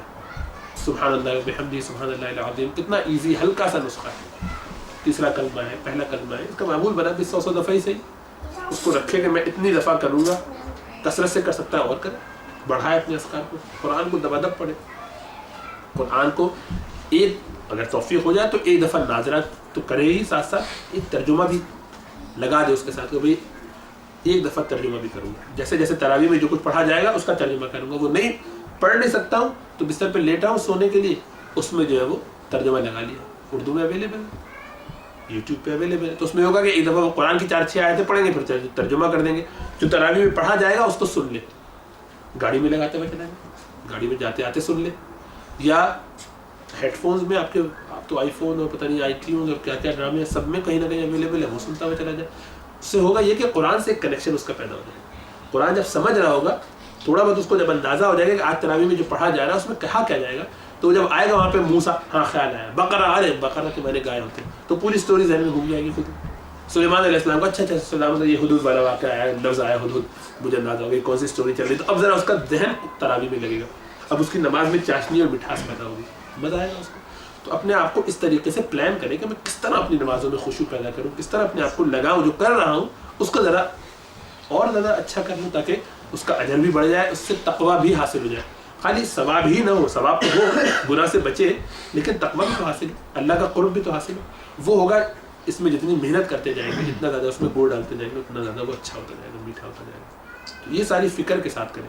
اور اسی طریقے سے اب ایک ہمارے حضرت نے بڑا اچھا ایک آئیڈیا دیا کہ وہ یہ ہے کہ اب رمضان میں اپنا انفاق اللہ کے نام میں جو مال خرچ کریں گے کریں. ایک انفاق کی صورت یہ ہے کہ بھائی مسجد میں کھانے کا بندوبست کرا دیں. اس دن افطار میری طرف سے ہوگا, 40, 50, 70, 80 لوگ آئیں گے, افطار کریں گے, ہماری طرف سے ہوگا تو ہمارا ثواب بن گیا اتنے لوگوں کا. اسی طریقے سے اور کوئی صدقہ جو کر رہے ہیں, اس صدقے کو کسی اپنے دنیا سے چلے جانے والے بزرگ کے نام, خاندان کے دادا نانا, ابا نانی, والدہ والد جو بھی انتقال فرما گئے کسی کی طرف سے یا زندہ ہے ان کی طرف سے, بھئی یہ صدقہ جو ہے میں نے بیگم کی طرف سے کیا. بیگم کو بعد میں بتایا جا کے بھی میں نے آج تمہاری طرف سے. بیگم اسی طریقے سے کوئی اپنی طرف سے صدقہ کرے اپنے ہی پیسے سے پاکٹ منی سے شوہر کی نکال کے جیب سے اور کبھی 5 پاؤنڈ یا آپ کی طرف سے میں نے جو ہے وہ صدقہ کیا. اس سے محبت بھی پیدا ہوگی, ساتھ ساتھ یہ بھی ہوگا کہ الحمدللہ آپ کی طرف سے کوئی نیکی کی گئی. یہ جذبہ ایک دوسرے کے لیے ذرا پیدا ہونا چاہیے. جو مر گئے وہ انتظار کرتے ہیں کہ ان کے لیے کوئی نیکیاں آئیں, کوئی صدقات آئیں, ان کی طرف سے کر دیا. یہ جو میں نے افطار کرایا ابا کی طرف سے کرایا, خوش ہوں, مجھے اس میں ڈبل اجر ملے گا. ڈبل کیا, ایک تو مال خرچ کرنے کا, کھلانے کا, اور ساتھ ساتھ ابا کے ساتھ نیکی کرنے کا, ان کے ساتھ بھلائی کا معاملہ کرنے کا, وہ الگ اجر. رشتہ داری کا حق ادا کرنے کا, وہ الگ اجر. تو بے تحاشا اس میں اجر. اپنی نیتیں اگر آدمی شامل کرتا جائے تو جمع ہوتے جائیں گے. اللہ تعالیٰ بڑے قریب, کس بات سے راضی ہو جائے, کس بات سے خوش ہو جائے. اسی طریقے سے جن کی زکاتیں ادا نہیں ہوئی ہیں, زکاتیں رہ گئی, وہ زکات ادا کر دے آدمی. فرض تو ادا کرنی ہے, پچھلی اگر رہ گئی وہ بھی فرض ہے, وہ سارا حساب لگا کے ان کو ادا کرے آدمی, وہ معلوم کر لے. ان شاء اللہ تعالیٰ کبھی اور رمضان میں اگر موقع ہوا یا اس کے علاوہ تو اس میں ہم زکوٰۃ کے مسئلے کو ڈسکس کر لیں گے. اور ایک اچھا جو نسخہ ہے وہ یہ کہ بھائی 30 پاؤنڈ ایک طرف سے اپنے ذہن میں بنا لے کہ میں نے, یا 1 پینس 10 پینس کوئی بھی, کیونکہ رمضان کے بارے میں جو احادیث آتی ہیں, ایک رات اس کی ایسی ہے کہ جو 1000 مہینے سے بہتر ہے. ایک تو زیادہ قرین قیاس یہ ہے کہ وہ آخری طاق راتوں میں سے کوئی ایک رات ہوگی, زیادہ احادیث اس کو سپورٹ کرتی ہے. بعض روایتوں سے 27 کا بھی پتہ چلتا ہے, لیکن آخر کی چلے مان لیے 10 راتیں ہیں, تو جس نے اعتکاف کیا اس کو تو انشاءاللہ تعالیٰ مل جائیں گی. جس نے نہیں کیا وہ جاگ رہا ہے تو امید ہے کہ 5 راتیں ان میں سے مل جائے. لیکن بعض روایتوں سے یہ بھی اشارہ ملتا ہے کہ رمضان کے پورے کسی بھی دنوں میں سے کوئی بھی دن ہو سکتی ہے. ہو سکتا ہے پہلی ہو سکتا ہے 5ویں 6ٹھی ہو. اب اس میں تو ہم نہیں جاگے, پوری رات نہیں جاگ پائے, تو اس رات میں تراویح پڑھ کے جب گھر آئے, یا مغرب کے بعد کسی بھی وقت ایک ڈبہ بنا لے کہ بھئی یہ 1 پاؤنڈ آج کی رات کا صدقہ, یا اللہ اگر یہ آج کی رات لیلۃ القدر ہے تو یہ مجھے 1000 مہینے کا اس کا ثواب مل جائے. تو کم از کم ایک نیکی اس کی اس رات کی ہوگی. اس نیت سے اس نے جو اس میں ڈال دیا, تو گویا رمضان کی اس ایک رات میں اس کو 1 پاؤنڈ خرچ کرنے کا جو ثواب ملا ہے وہ 1000 مہینوں کے اجر کے برابر ملے گا. تو آج کی رات اگر ہوئی اتفاق سے تو ایک چانس اس کا لگ جائے گا. یعنی یہ جو کہتے ہیں نا کہ ساری پاسبلٹیز کو دیکھ لے, تو ہر رات 1 پاؤنڈ ڈالتا جائے, بجائے سے کہ ایک وقت میں 30 پاؤنڈ دے دیے, ہر رات میں 1 پاؤنڈ اگر وہ ڈالتا جائے گا تو انشاءاللہ اس کی کم از کم لیلۃ القدر میں 1 پاؤنڈ خرچ کرنے کا اجر تو اس کا بن ہی گیا. جو 1000 مہینوں کے برابر کا اجر ہوگا تو کتنا بن جائے گا. اور اس میں ہماری جو لالچ ہے, اللہ سے محبت, اللہ کی محبت, حرص دین کے بارے میں, یہ بڑی پسندیدہ ہے. پسند فرمائے قرآن کہتا ہے فاستبقوا الخیرات, نیکیوں میں ایک دوسرے سے کمپیٹ کرو, بڑھو, دوڑو اس جنت کی طرف. یہ دوڑ تو ہے کہ یا اللہ میری کمزوری ہے, میں یہ نہیں کر سکتا, یہ نہیں کر سکتا, یہ تو کر سکتا, جو کر سکتا اس کے لیے دوڑ لو. تو اجر تو اللہ تعالیٰ اپنی رحمت سے جتنا دے دے, لیکن ہماری جو معصومانہ سی کوششیں ہیں یہ کننگنس کی وجہ سے نہیں ہے.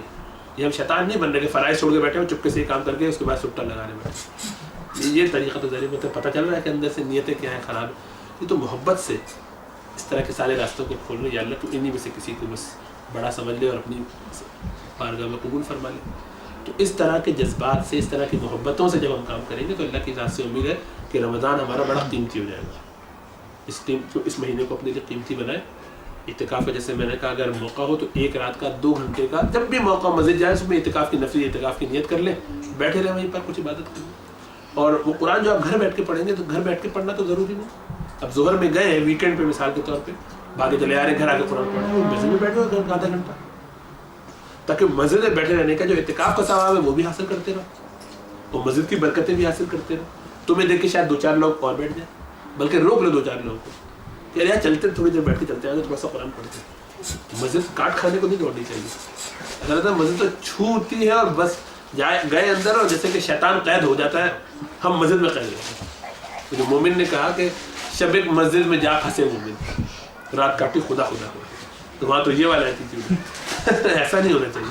تو مسجد میں جا کے پھنس جاتا ہے, پھر جائے ذرا دل لگائے, تھوڑا سا پہلے پہنچ جائے, کچھ نوافل پڑھے, کچھ دیر اس کو قرآن پڑھ لے, آدھا پون گھنٹہ مسجد میں نوافل کے بعد گزار لے گا. تو ایک تو یہ کہ ڈسٹریکشن نہیں ہوگی, فون سائلنٹ, اور بلکہ چھوڑ کے چلا جائے گھر پہ اور اپنا وہاں پہ لگے گا. تو اس میں یہ ہے کہ قرآن بھی اچھا ہو جائے گا, اعتکاف کا اجر بھی بن جائے گا, 2-4 لوگوں کو اور روک لے گا, مسجد کی برکتیں بھی حاصل کرے گا.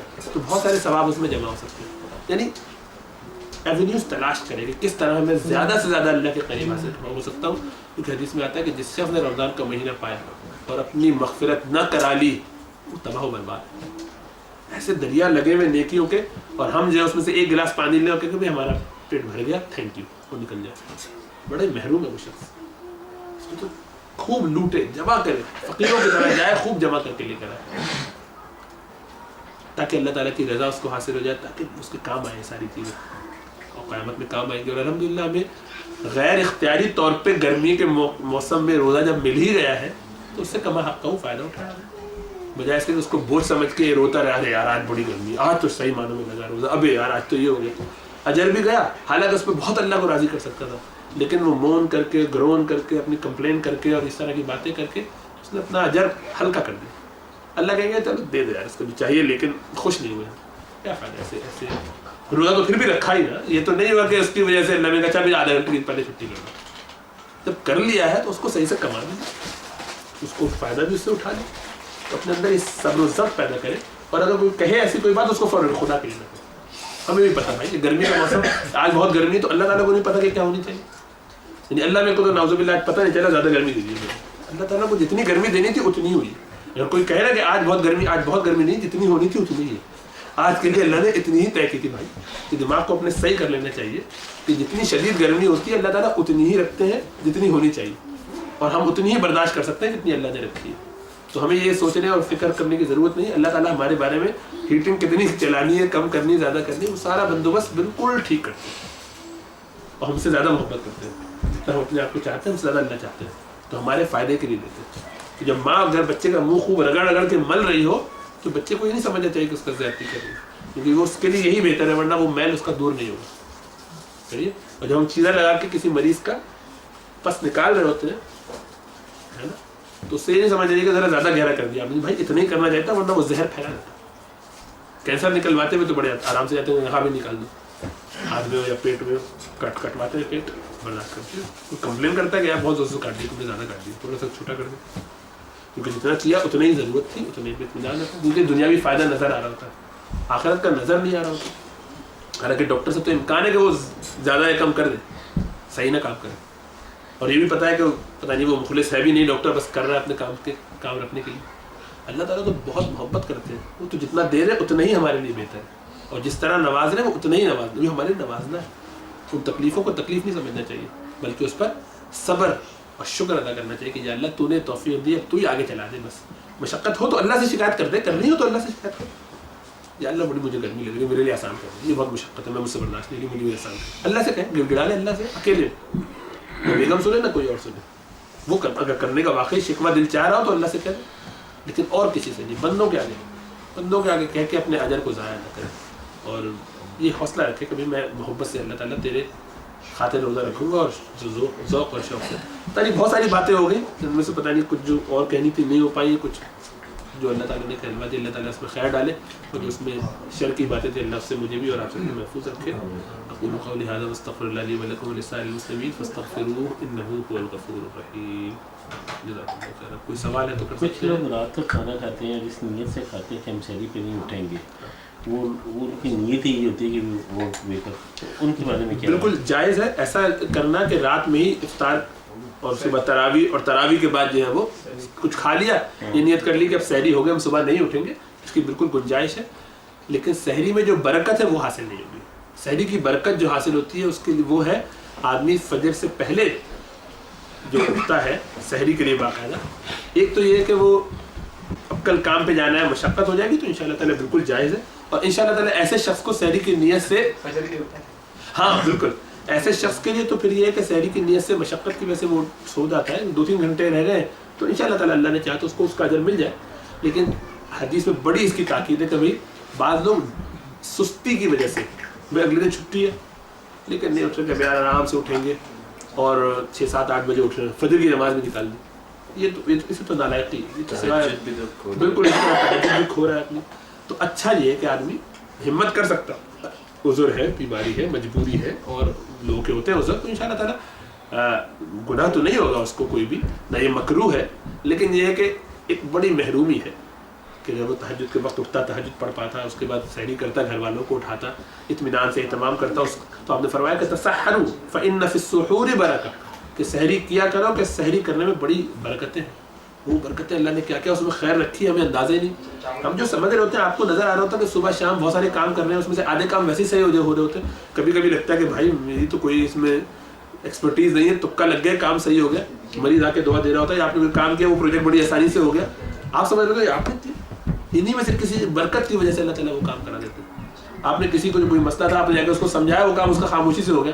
یہ آپ عمرے پہ ابھی گئے اور سارے راستے میں کام جو ہے بڑی آسانی سے اسموتھلی ہوتے چلے گئے, کیونکہ آپ پہ کوئی خاص وجہ تھی کہ ایسا کسی وجہ سے برکت ہو گئی, کسی اہم کام کی, کسی آپ کی نیکی کو اللہ تعالیٰ نے اس کا ذریعہ بنا دیا, کسی کی دعا آپ کو لگ گئی, کسی کے ساتھ آپ نے کوئی خیر کی تھی, اللہ نے کہا چلو بھی اس کا کام. ہمیں پتہ نہیں ہوتا کہ کس وجہ سے, کس طریقے سے, کس برکت کی وجہ سے ہمارا کون سا کام سنور رہا ہے اور بن رہا ہے. صحیح نا. تو اس لیے اللہ تعالیٰ سے محبت اور تعلق یہی رکھنا چاہیے کہ اگر اٹھ سکتا ہوں تو ضرور اٹھوں. تو مجبوری ہے, کل میری کال ہے, مجھے 8 بجے پہنچنا ہے کام پہ, اور ظاہری بات ہے میں ابھی سو جاؤں گا سحری کر کے, فجر میں تو اٹھ جاؤں گا, لیکن 3-4 گھنٹے مجھے مل جائیں گے, بجائے سے کہ میں 5 گھنٹے پہلے اٹھوں, میں 15 منٹ پہلے اٹھ کے فجر کی نماز کے لیے چلے جاؤں گا. تو ان شاء اللہ تعالیٰ اس کی گنجائش بالکل ہے. اب جائے مسجد میں نماز آ کے پھر 1 آدھ گھنٹہ اور سو کے پھر اپنا کام کیجیے. یہ اپنے اپنے سرکمسٹانسز کو سامنے رکھتے ہوئے کرے, لیکن یہ لاؤزینس کی وجہ سے نہیں ہونا چاہیے, لیزینس کی وجہ سے نہیں ہونا چاہیے کہ یار ذرا میری نیند ہو جائے. یہ جو ایٹیٹیوڈ ہے نا ہمارا 2 گھنٹے بعد دوبارہ اٹھ جائے, اٹھا نہیں جائے گا مجھ سے. نہیں, اٹھے بھائی اللہ کے لیے کوشش کرے. رمضان میں نہیں اٹھے گا تو کب اٹھے گا, اور اہتمام کرے. یہ کوئی ایکسکیوز نہیں کہ مجھ سے نہیں اٹھا جاتا, میں نہیں اٹھ سکتا, گھر والے نہیں اٹھا سکتے, دوستوں کو کہہ دیں جس کے سامنے شرم و حیا ہوتی ہے, مجھے ایسے دوست سے کہا, مسجد کے امام سے کہہ دیں بھائی مجھے اٹھا دیجیے, کسی ایسے مولوی سے, دوست سے, احباب سے, کسی ایسے کہہ دیں کہ جس سے میں اتنا فرینک نہیں ہوں کہ اس سے منع کروں گا, اس کا فون آئے گا تو مجھے اٹھانا ہی پڑے گا. ایسا دوست بھی ہوتا ہے نا آدمی کا, ذرا قریبی بھی ہے لیکن ذرا پتہ ہے کہ وہ کان مروڑ دے گا. آپ کو ہی دے دیتے ہیں تو مجھے پھر ایک کام یہ لگانا پڑے گا, آٹومیٹکلی آئی ٹی والوں سے کوئی کام لیتا ہوں, وہ بتائیں آٹومیٹک ہو جائے. جی, اس کا اپوزٹ سوال ایک یہ ہے کہ کیا تہجد کی نماز اگر سونے کے بعد اٹھ کے پڑھی اس کی زیادہ فضیلت ہے؟ اس کی فضیلت زیادہ ہے. جی, اور دوسری بات یہ کہ رات بہت کم ہوگی, تراویح کے بعد آئیں گے, تو اگر نہ ہی سوئی بندہ بہت اچھا, تو اس میں پھر فرق پڑے گا؟ نہیں, تہجد کے لیے ایسے شخص کے لیے کہ جو رات میں سو گیا اور سونے سے پہلے تہجد پڑھ کے سو گیا, جائز ہے. مغرب کے بعد کبھی بھی تہجد پڑھی جا سکتی ہے تہجد کی نیت سے, لیکن افضل تہجد جو ہے وہ ہے جو فجر سے پہلے پڑھی جائے, یعنی سو کے اٹھ کر. لیکن ایک آدمی ساری رات اگر جاگ رہا ہے تو اس کے لیے یہ نہیں ہے, یہ اس کے لیے کہ جو سوئے گا ہی. اب سو کے وہ اٹھے گا تو آدھی رات میں اٹھتا ہے اور پھر پڑھتا ہے, سو کے وہ فجر سے کچھ پہلے اٹھتا ہے اور پھر فجر کی نماز تک جاگتا ہے, اس کی فضیلت ان شاء اللہ تعالیٰ زیادہ ہے. لیکن ایک آدمی ساری رات ہی جاگتا ہے تو اس کی تو پھر فضیلت بہت ہی زیادہ ہے, وہ تو ساری رات ہی گویا اس کی عبادت ہی بن گئی. لیکن سونے کو بھی تو کہ سونا بھی تو آرام کرنا بھی. ہاں بالکل. رات میں رمضان اصل میں استثناء اس میں یوں ہے کہ رمضان کا ایک خاص مہینہ ہے جس میں خاص اہتمام ہے, تو اس میں اگر کوئی یہ کر سکتا اور دن میں اپنے لیے جو ہے وہ اس کو کمپنسیٹ کر سکتا تو بہت اچھا. یہ تو بعض ہوا. اب ہم آپ چونکہ آج کل کمزور بہت ہیں تو ہمیں مشقت ہوتی ہے. ابو حنیفہ اس طرح کے لوگ جو ساری رات جاگ کے سارا سال اور دن میں پھر دوپہر کے 3-4 گھنٹے سو کے گزارا کر لیتے تھے, ان کی بات دوسری ہے. ہم آپ چونکہ نہیں کر پاتے. اصل بات یہ ہے کہ وہ فجر اس کے بعد ٹائم نہیں کتنا جاتا ہے, 2 گھنٹے 1.5 گھنٹے کی بات ہے. اس میں تھوڑی اور عبادت کی نہیں بھی کی, قرآن پڑھا, اذکار کیے, کچھ کھایا, کوئی بیان سن لیا, ہو گئی. سونے کا مطلب فضیلت کم نہیں ہوگی, فضیلت کر لیا نہیں. ناجائز جھوٹ بولے گا وہ تو چونکہ وہ گناہ کا کام کرے گا تو یہ جائز نہیں. روزہ رکھنے کے لیے تاکہ رات بھر جاگ لے اور معمولات اچھے رہے تو سکھ مار لے. اچھا سکنس کا مطلب یہ ہے کہ ایسا عذر کہ جو آپ کے لیے واقعی اس کام سے آپ کو روک دے گا, تو جھوٹ ہوگا. ورنہ وہ آپ کو پتہ ہے کہ آپ اس سے ایسے آپ کو مریض پریشانی نہیں ہے, اس میں یہ کریں گے آپ اپنا جائیں کام کریں ان شاء اللہ تعالیٰ. بالکل ایسی کوئی اگر انڈرسٹینڈنگ ہو سکتی ہے تو بہت اچھا ہے. یوکی میں تو بڑا مشکل سے ایسے نہیں بہت آرام سے, ہمیں تو کبھی پرابلم نہیں ہے. ہماری تو آڈوی ٹیسٹی ہوتی ہے. ہاں نہیں, آپ لوگ میڈیکل کی بات تھوڑا جنرلی مطلب آپ انڈرسٹینڈنگ اگر آپ کی اچھی ہو مہینے وغیرہ سے تو بات بالکل ہو جاتا ہے. آپ لوگ کوشش کر کے اپنے آورس پورے کریں اور اس میں ان شاء اللہ تعالیٰ اللہ اجر دیں گے. اور اس کی وجہ سے اگر آپ کو کچھ تہجد اور دیگر چیزیں نوافل جو ہے مس ہوتی ہیں تو ان شاء اللہ تعالیٰ اس نیت سے کہ یا اللہ میں بہت تڑپ کے چاہتا تھا تہجد میں اٹھ پاؤں, لیکن بس کل میری جاب ہے ایسے وقت میں نہیں اٹھ پاؤں گا, تو ایسا شخص ان شاء اللہ تعالیٰ اس کو رات کی تہجد کی نیت کی وجہ سے تہجد کا اجر بھی ملے گا, اور سونے کی وجہ سے جسم کو راحت بھی ملے گی. اور وہ جو ہے نا کہ اب اس نے کہا کہ یا اللہ میری چونکہ کل کی نوکری ہے تو میں اس وجہ سے سو رہا ہوں, تو اس وقت میرے جیسوں کے لیے اللہ کے رسول کی یہی تعلیم ہے کہ میں سو جاؤں, تھوڑا سا آرام کر لوں,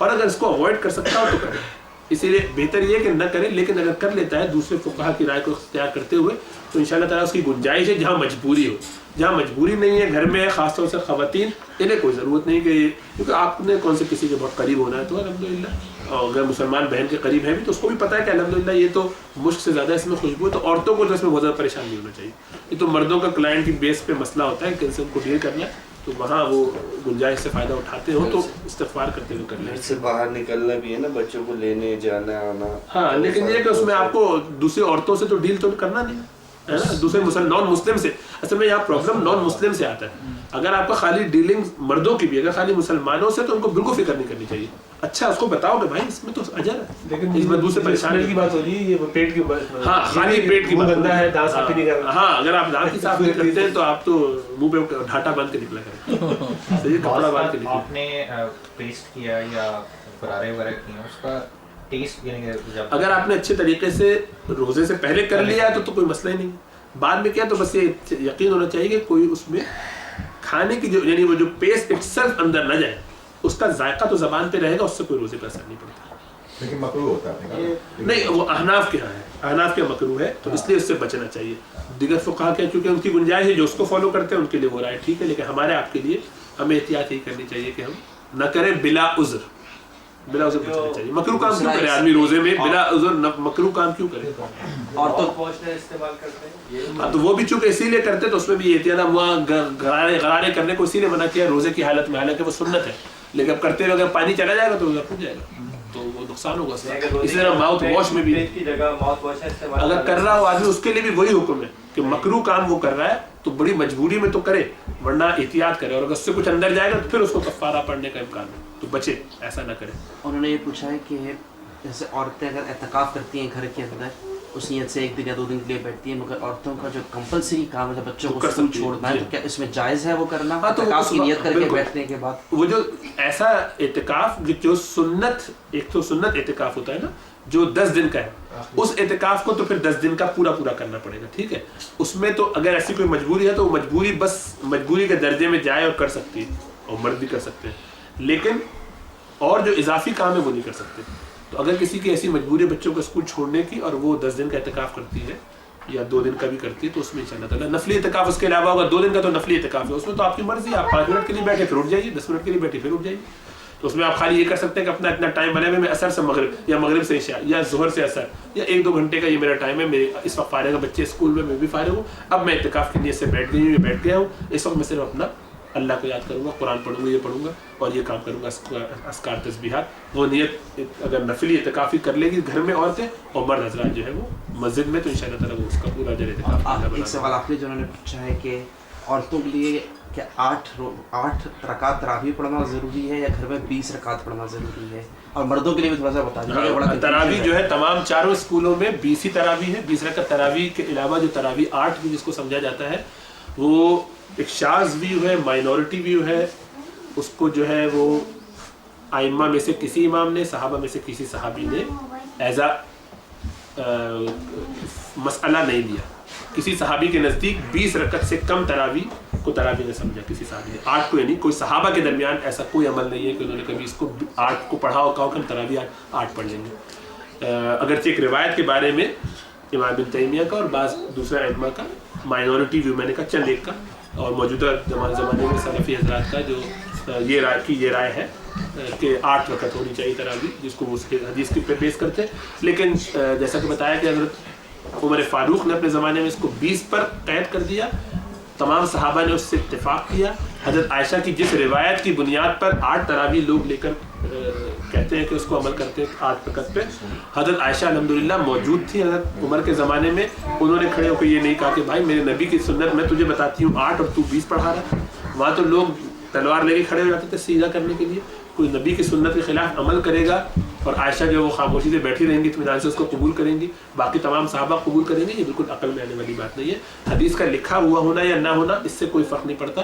صحابہ کرام کا عمل ہمارے لیے امت میں حجت ہے.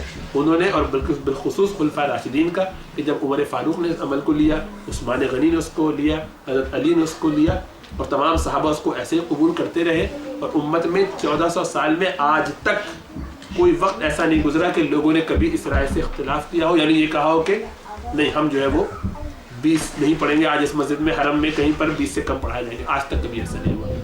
امام ابن تیمیہ کی ایک رائے 7ویں صدی ہجری میں آئی، لیکن اس کو بھی امت نے ایز اے ہول رد ہی کیا اور اس کو قبول نہیں کیا۔ حنبلی فقہ میں جس کے امام ابن تیمیہ جو ہے وہ ایک اس کے اماموں میں سے ہے، ان کے فقہ میں بھی لوگوں نے اس کو قبول نہیں کیا، بلکہ چاروں اماموں کے نزدیک آج تک 20 ہی رکعت تراویح ہے۔ تو اس لیے 20 ہی رکعت کو سنت مؤکدہ سمجھنا چاہیے کہ جو لوگ اس سے پڑھنے پر قادر نہیں ہے وہ 8 پڑھیں، 5 پڑھیں، 4 مطلب 5 تو نہیں 6 پڑھیں یا 8 3 جو بھی پڑھنا چاہے وہ پڑھیں، وہ ان کا مسئلہ ہے۔ لیکن وہ یہ نہ سمجھے کہ انہوں نے 8 پڑھی ہے یا 12 پڑھی ہے یا 4 پڑھی ہے مجبوری میں، تو ان کو ثواب پوری تراویح کا ملے گا، پوری تراویح کا ثواب نہیں ملے گا، انہوں نے پوری تراویح نہیں پڑھی۔ پوری تراویح انشاءاللہ تعالیٰ 20 ہی ہے، جو امت کی میجورٹی 99% میجورٹی 95% میجورٹی کی بات کر رہا ہوں۔ 4-5% لوگوں کی اگر رائے پہ آپ کو عمل کرنا ہے تو کیجیے، اللہ آپ سے راضی ہوں انشاءاللہ تعالیٰ۔ لیکن جو جیسا کہ میں نے بتایا کہ امت کی اکثریت نے اس کو ایسے نہیں سمجھا، جو رات میں قیام کی جو فضیلت آئی کہ اس کے پچھلے گناہ معاف ہو جائیں گے اور اللہ تعالیٰ اسی طرح سے شفاعت کا معاملہ ہے، وہ لگتا نہیں ہے کہ وہ 8 رکعت والے جو مستقل 8 پڑھتے ہیں ان کو اس کا اجر ملتا ہوگا۔ لیکن اللہ تعالیٰ بہت کریم، اللہ 1 پر بھی دے دے 2 پر بھی دے دے تو اللہ تعالیٰ تو بادشاہ ہے۔ لیکن یہ ہے کہ امت کا عمل جو ہے یعنی مسئلے کی حد تک یا فتوے کی حد تک وہ یہی ہے، اور اس کو ایسے ہی سمجھنا چاہیے کہ 20 رکعت ہی تراویح پڑھنی چاہیے۔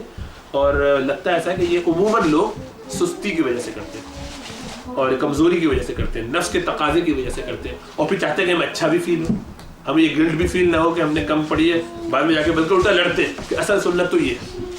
یعنی نفس کا وہ ایسا شکار ہو چکے ہیں کہ نفس کے کہنے پہ ایک چیز کر بھی رہے کم، اور اس کو حدیث بھی بناتے ہیں اور اس پر زور بھی دیتے ہیں، اور پھر لڑتے ہیں کہ تم غلط کر رہے ہو ہم ہی صحیح کر رہے ہیں۔ کیسا عجیب دھوکہ ہے نفس کا۔ نہیں، وہ کہتے ہیں کہ جس میں بات کرتے ہیں وہ کہتے ہیں کہ یہ رسول صلی اللہ علیہ وسلم سے کبھی ثابت ہے، رسول صلی اللہ علیہ وسلم نے کبھی 20 نہیں پڑھائی نماز۔ نہیں تو وہی اصل بات تو یہی ہے نا کہ رسول صلی اللہ علیہ وسلم نہیں پڑھائی، نہیں تو سن نے کہا رسول صلی اللہ علیہ وسلم نے نہیں پڑھائی، گو کہ حضرت عمر نے اس کو پڑھائی اور لوگوں نے اس کو ایکسیپٹ کیا، ٹھیک ہے وہ ایک رائے ہے، مطلب ٹھیک ہے وہ بھی صحیح ہے، لیکن رسول صلی اللہ علیہ وسلم نے تو کیا نہیں ہے قبل، وہ 8 کیا تو 8 اگر ہم 8 کر رہے ہیں کسی وجہ سے کہ ہم لمبے روزے ہیں یا جو بھی ہے مشقتیں ہیں، تو اگر ہم 8 ہی پڑھ رہے ہیں اور 8 ہی کو سپورٹ کر رہے ہیں تو اس میں کیا پرابلم؟ اس میں بہت بڑی پرابلم ایک تو یہ ہے، پہلی بات کہ اللہ کے رسول نے 20 پڑھائی یا 8 پڑھائی یہ اختلافی مسئلہ ہے، یعنی وہ حدیث جس کے بارے میں 20 کو کہا جاتا ہے اس حدیث کو امت نے قبول نہیں کیا روز تراویح کے لیے۔ وہ حدیث حضرت عائشہ کی جو حدیث ہے وہ یہ کہ اللہ کے رسول صلی اللہ علیہ وسلم رمضان میں کتنی نماز رات میں پڑھا کرتے تھے، تو جواب میں آپ نے فرمایا کہ رمضان اور رمضان کے علاوہ اللہ کے رسول جو ہے 13 رکعت پڑھتے تھے، 11 رکعت پڑھتے تھے، تو اس میں 8 تراویح کی ہو گئی، 3 وتر کی ہو گئی۔ تو وہ یہ کہتے ہیں کہ یہ تراویح کی ہے، امت نے اس کو تہجد کی نماز سمجھا، تو اب وہ کہتے ہیں کہ نہیں یہ تہجد ہی جو عام دنوں میں تہجد ہوتی ہے وہ رمضان میں تراویح بن جاتی ہے، اس کے علاوہ کوئی نماز نہیں ہے۔ تو ظاہر بات ہے یہ ایک شاذ ویو ہے، اس کو کسی امام نے کسی صحابی نے ایز اٹ از قبول نہیں کیا۔ وہ کہتے ہیں کہ یہ اس بیس پر اس حدیث کو یعنی 8 کو نہیں مانتے، وہ یہ نہیں کہتے کہ 8، کچھ ائمہ کہتے ہیں کہ 8 رکعت اللہ کے رسول صلی اللہ علیہ وسلم سے ایک روایت میں اشارہ ملتا ہے اس کے علاوہ بھی کہ 8 رکعت پڑھائی ہیں، تو اس بیس پہ ہم مانتے ہیں کہ 8 ہے۔ ہم یہ کہتے ہیں کہ اللہ کے رسول صلی اللہ علیہ وسلم نے 8 پڑھائی ہوں یا 20 پڑھائی ہوں، ان دونوں باتوں سے کوئی سبب فرق نہیں پڑتا۔ ایک حدیث تو قطعیت کے ساتھ یہ ثابت کر ہی نہیں سکتی، اس کے ساتھ قطعیت یہ ہے کہ امت کا اجماع اس پر موجود ہے، صحابہ کرام کا عمل اس پر موجود ہے، خلفائے راشدین کا تواتر کے ساتھ عمل موجود ہے، ائمہ 1400 سال سے یہی کرتے چلے آ رہے ہیں کہ 20 ہی تراویح پر سب نے اتفاق کیا ہوا۔ تو اگر یہ بات آپ کہتے ہیں کہ اللہ کے رسول نے 8 پڑھی اس حدیث کی بیس پہ کہ جس کے لیے کوئی مضبوط دلیل نہیں ہے اور صحابہ اس کے ساتھ نہیں ہے، امام اس کے ساتھ نہیں ہے، تو آپ نے تو 3 روز پڑھائی دی، چوتھے دن تو آپ نے پڑھائی نہیں تھی، تو باقی دن بھی پڑھتے ہیں، باقی دن بھی چھوڑ دیے نماز، وہ کہاں سے آئی؟ وہ بھی تو حضرت عمر کی وجہ سے آئی نا، باقی دن کی جماعت کی تراویح کی بات کر رہا ہوں، انفرادی آپ نے فرمایا سب اکیلے پڑھو، تو وہاں تو آپ نے منع فرمایا جماعت کرنے سے، باقاعدہ کہا کہ نہیں تم لوگ الگ پڑھو، اپنے اپنے گھروں میں پڑھو، میں نہیں آ رہا پڑھانے، تمہارا شوق دیکھ کر مجھے ڈر لگتا ہے کہ اللہ تعالیٰ جو اس کو فرض نہ کر دے، وہاں تو آپ نے منع فرمایا، یا تو 20 اور 8 میں تو کوئی واضح سمجھ میں نہیں آتا کہ 20 پڑھائیں کہ 8 دونوں طرف کی رائے ہیں، دونوں طرف اختلاف ہوتا ہے، ضعیف روایت ایک 20 کو بھی کہتی ہے، وہ سب چھوڑ دیجیے، وہاں تو آپ نے منع فرمایا، تو پھر تو 3 دن سے زیادہ پڑھنا بدعت ہونی چاہیے، چھوڑ دو اس کو بھی، وہ تو عمر کی وجہ سے لے لیتے ہو، پورے صحابہ کی وجہ سے لے لیتے ہو، اور 8 کو کہتے ہو کہ نہیں 8 میں عمر سے غلطی ہوئی ہے، عمر سے ادھر غلطی ہوئی، باقی صحابہ سب سے غلطی ہوئی، سب ڈر کے چپکوں پہ بیٹھے رہے، عثمان سے بھی غلطی ہوئی، علی سے بھی غلطی ہوئی، ابو بکر خالی دنیا سے گئے تھے، باقی تمام صحابہ موجود تھے 1,24,000 میں سے، سب نے اس مسئلے کو غلط سمجھا، آج ہمیں سمجھ میں آیا مسئلہ صحیح معنوں میں ہم اصل میں سنت کو فالو کریں، بھائی تمہیں جو کرنا ہے کرو، اس کو سنت سمجھ کے یا اس کو جو بھی کرتے ہو اللہ تمہیں اس کی ہدایت ہے، لیکن بڑا خطرے کا کھیل ہے. جیسے امام ابن قیم کی بات اس میں ہے نا، جو امام ابن تیمیہ کے شاگرد ہیں وہ کہتے ہیں کہ اس بات کا بہت ہی کم امکان ہے کہ حق چاروں اسکولوں کے باہر ہو. تو اللہ تعالیٰ نے ان چاروں اسکولوں میں آپس کے اختلافات کے باوجود اگر کوئی چیز ان تب میں اتفاق والی ہے تو بہت مشکل ہے کہ اس کے باہر کہیں ہو. لیکن اس میں ایک سوال اور ہے کہ ہاں سوال اس میں ایک اور یہ بنتا ہے کہ بھائی آپ نے ابھی کہا کہ خطرے کی جو بات ہے، خطرے کی کیا بات ہے؟ جب یہ فرضی نہیں ہے تو خطرہ کیسا؟ اس لیے کہ آپ اس کو سنت موقعہ بنا رہے ہیں نا، آپ اس کو دین کی ایک اساس بنا رہے ہیں اور یہ سمجھ رہے ہیں کہ یہ اصل ہے، اس کو اہمیت دے رہے ہیں. جس پہ امت متفق تھی اس میں ایک تفرقہ ڈال رہے ہیں، اس میں ایک نئی چیز نکال کے الگ کر رہے ہیں، یہ خطرہ ہے. دوسرا یہ کہ امید تو یہ کر کے آ رہے ہیں کہ ہمیں پورا اس پہ ثواب ملے گا، ہم تو یا اللہ ہم ساری رات جاگتے رہے. تو میں نے بھی منہ پہ مار دیا کہ ضائع تم نے اپنی مرضی سے اس میں تبدیلی کی، تمہاری دلیل صحیح نہیں، اور تم نے پوری امت سے اختلاف کر کے تم نکلے کیسے، میرے صحابہ کے طریقے سے الگ ہوئے کیسے. اور پھر یہی نہیں کہ خالی اتنا ہوتا تب بھی کہ چلو بھائی ہم 8 پڑھتے ہیں اور 8 کو صحیح سمجھتے ہیں، ہمیں آپ سے کوئی شکایت نہیں. آپ تو کھلا کہتے ہیں تم بدعت کرتے ہیں، 20 والے بدعت کرتے ہیں اور غلط کرتے ہیں، غلط سمجھا انہوں نے، حدیث کے خلاف جاتے ہیں، سارے دعوے سے کہتے ہیں غلط کہتے ہیں. تو یہ کس قدر جرأت ہے، اس بیس پر آپ پوری امت کی 95% امت کو، صحابہ کے ساری جماعت کو کاٹ کے ایک سائڈ پہ کر دیں اور کہیں کہ اصل میں ہمیں آج پر وہی ہے. یعنی اتنا اس میں ایروگینس ہونا بڑی خطرناک بات ہے. اچھا یہ پوچھنا یہ تھا کہ جی کہ مطلب یعنی جو آتا ہے کہ رسول صاحب نے 3 دن پڑھائی پھر نہیں پڑھائی، تو رمضان تو بہت گزرے رسول صاحب کے زمانے میں، تو مطلب سارے رمضان میں 3 دن پڑھاتے تھے؟ بس ایک دفعہ کل زندگی میں ایک دفعہ انہوں نے پڑھی. اس کے بعد اپنے اپنے طور پہ پڑھتے تھے، کوئی صحابی ادھر 2-3 پڑھ رہے، 2-3 وہاں پڑھ رہے، 2-3 وہاں پڑھتے تھے. اچھا باقی رمضانوں میں تراویح ہوتی ہی نہیں، اپنے اپنے طور پہ پڑھتے تھے سارے لوگ. تو اللہ کے رسول صلی اللہ علیہ وسلم کے بعد ابو بکر کے زمانے یہ آخری رمضان میں تھا یا یہ تقریباً آخری رمضان کی بات ہے، اور اس کے بعد بھی ایسے ہی رہا ابو بکر کے زمانے میں، عمر کے زمانے میں. تو عمر نے پھر کہا کہ یہ کچھ وہ جو خطرہ تھا وہ ٹل گیا، اب یہ بات سمجھ میں ایسے آ رہی. تو ان کا اجتہاد ہے. تو اللہ کے رسول نے فرمایا کہ جس نے میرے طریقے کو اختیار کیا اور میرے خلفائے راشدین المہدیین کی ہدایت یافتہ خلفاء کے راستے کو جس نے عمل کیا وہ ہدایت پر، وہ جو مان آ رہی وہ اصحابی جو میرے طریقے پہ میرے صحابہ کے طریقے پہ. یعنی آپ کی کھوپڑی میں یہ بات آ کیسے سکتی ہے کہ سارے صحابہ نعوذ باللہ جتھا بندی کر کے اللہ کے رسول کے کسی عمل کے خلاف چلے جائیں گے، ہے نا؟ یہ کیسے ممکن ہے؟ اور صحابہ کرام کے لوگوں کو تکلیفیں دینے کے لیے آئے تھے، مشقت دینے کے لیے آئے تھے یا آسانیاں دینے کے لیے آئے تھے؟ صحابہ کرام جو ہے وہ سارے 1-2 ہوتے تو آپ کہنے ایک کی رائے ہے، ایک کی رائے ہے تو چلو ٹھیک ہے. سارے ہی مل گئے، سارے ہی صحابہ، سارے ہی ائمہ، سارے علماء، سارے فقہا، سب کے سب تو ایک بات کہہ رہے ہیں. تو ہمیں یہ سوچنا چاہیے کہ ہمارے نفس کی شرارت ہے، ہمارے نفس بعض 40 بھی پڑھتے تھے، تو جو 37 پڑھتے تھے وہ امام مالک کی بنیاد پر مکہ کے لوگ پڑھتے تھے. مکہ کے لوگ کیا کرتے کہتے ہر 4 رکعت کے بعد طواف کرتے تھے. اس وقفے میں اتنا لمبا وقفہ ہوتا تھا اور اس میں پھر 2 رکعت طواف کی پڑھتے تھے. تو ان کا وہ آگے بڑھ رہے تھے. تو مدینے والوں نے کہا کہ یہ تو ہم سے بہت آگے نکل جائیں گے. تو وتر بھی تراویح بھی پڑھتے ہیں، تراویح کے بعد پھر طواف بھی کرتے ہیں. طواف تو ہم نہیں کر سکتے ہیں، مجبوری ہے. اس کے بعد وہ 2 نفل بھی پڑھتے ہیں، تو وہ 2 نفل ایڈ کر دیتے تھے اپنے یہاں. تو وہ 37 رکعت پڑھتے تھے مدینے والے. ان سے کمپیٹ کرنے کے لیے امام مالک کے 37 رکعت 39 رکعت مقابلے. مسجدیں کراچی میں ایسی ہیں جو کہ میجرلی رن بائی اہل حدیث، وہاں پر 8 رکعت ہی پڑھائی جاتی ہے. قرآن شریف پورا ختم ہوتا ہے 30 دن میں، لیکن 8 رکعت ہی پڑھائی جاتی ہے صرف.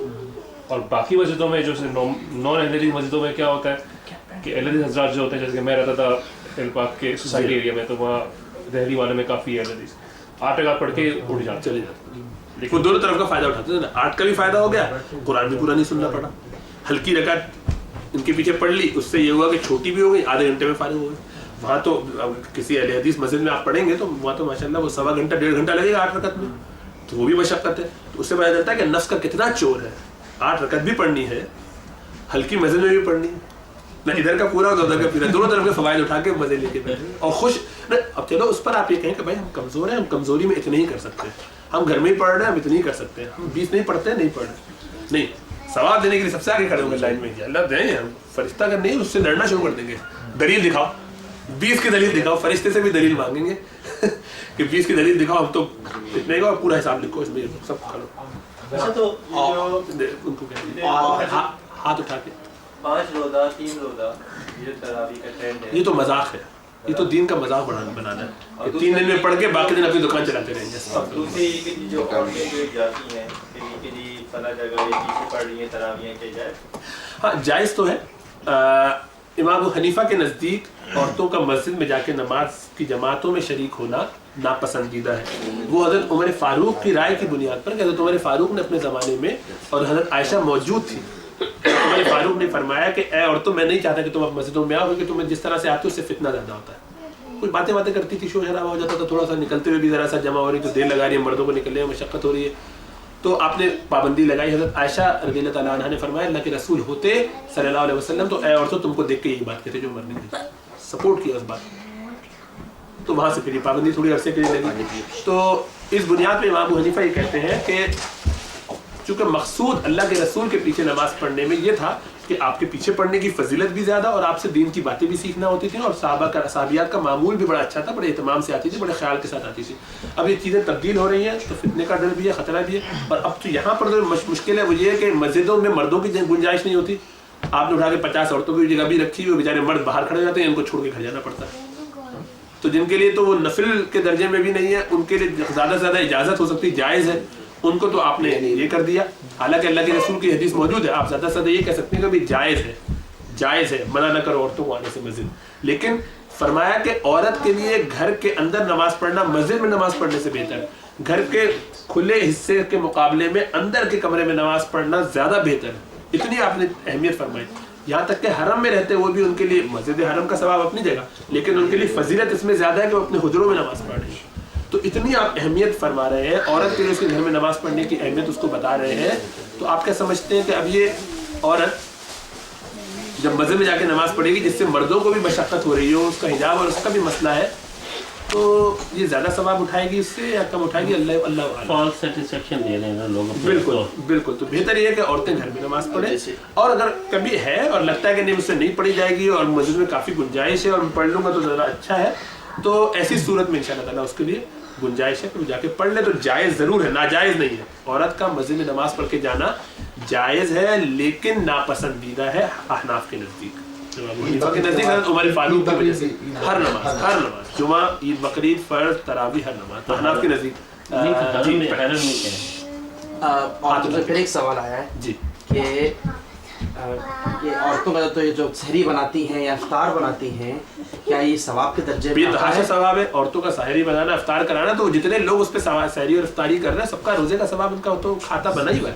سب سے زیادہ بہت زیادہ اجر, بے تحاشا اجر اللہ اس کو ان کو اور مزید دے.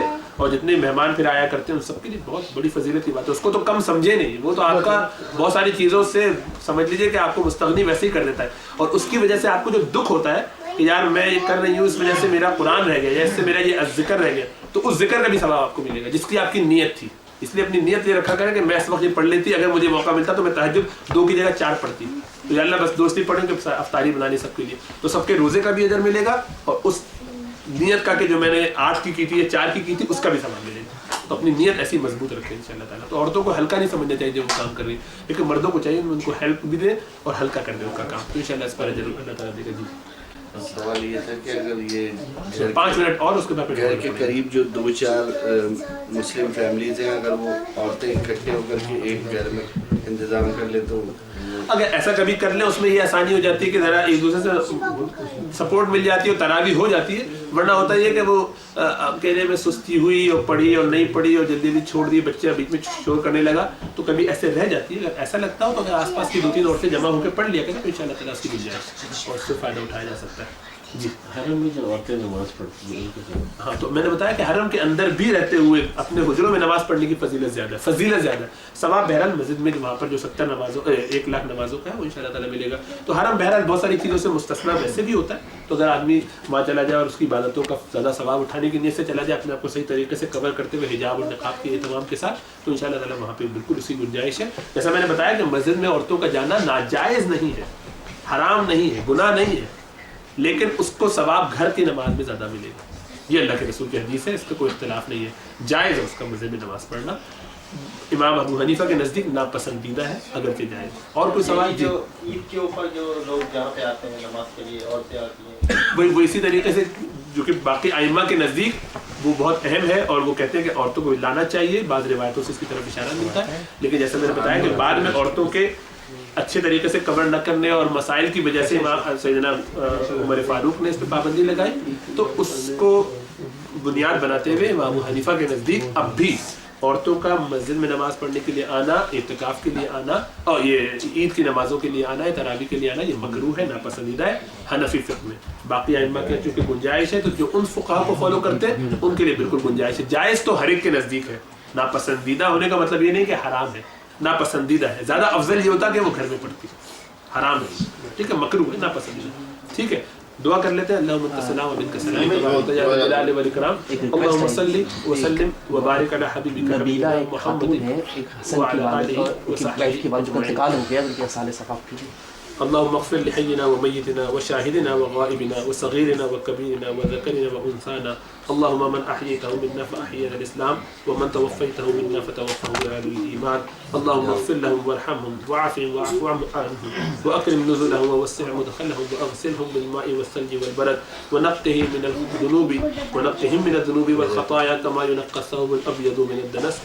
اللهم ادخلهم دارا خيرا من دارهم واهلا خيرا من اهلهم وزوجا خيرا من زوجهم. اللهم ادخلهم في الجنه واعذهم من عذاب القبر وعذاب النار. اللهم بلغنا رمضان، اللهم بلغنا رمضان. اللهم بارك لنا في رجب وشعبان وبلغنا رمضان.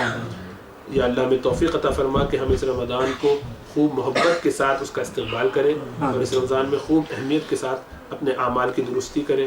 یا اللہ ہمیں گناہوں سے بچتے ہوئے اس رمضان کو گزارنے کی توفیق عطا فرما، نیکیوں کے ساتھ اس رمضان کو توفیق عطا فرما. یا اللہ ہمیں توفیق دے کہ ہم اس رمضان سے خوب اچھی طریقے سے فائدہ اٹھائیں اور نیکیوں میں ایک دوسرے سے سبقت کریں، اور اس رمضان کی مشقتوں اور تکلیفوں کو ہم پر ہلکا کر دیں. سبحان ربنا رب العزت عما یصفون وسلام علی المرسلین والحمد للہ رب العالمین. دعوانا الحمد للہ رب العالمین. کسی کا انتقال ہو گیا. ہاں وہ تو میں نے دعا پڑھ دی، غالب ان کے لیے بھی زیادہ جن کی بیماریاں ہیں باقی بیماریاں دور فرما دے. خاص طور سے کہا تھا ان لوگوں نے ان کی ہر طریقے کے بیماروں کو اللہ تعالیٰ شفا عطا فرمائے.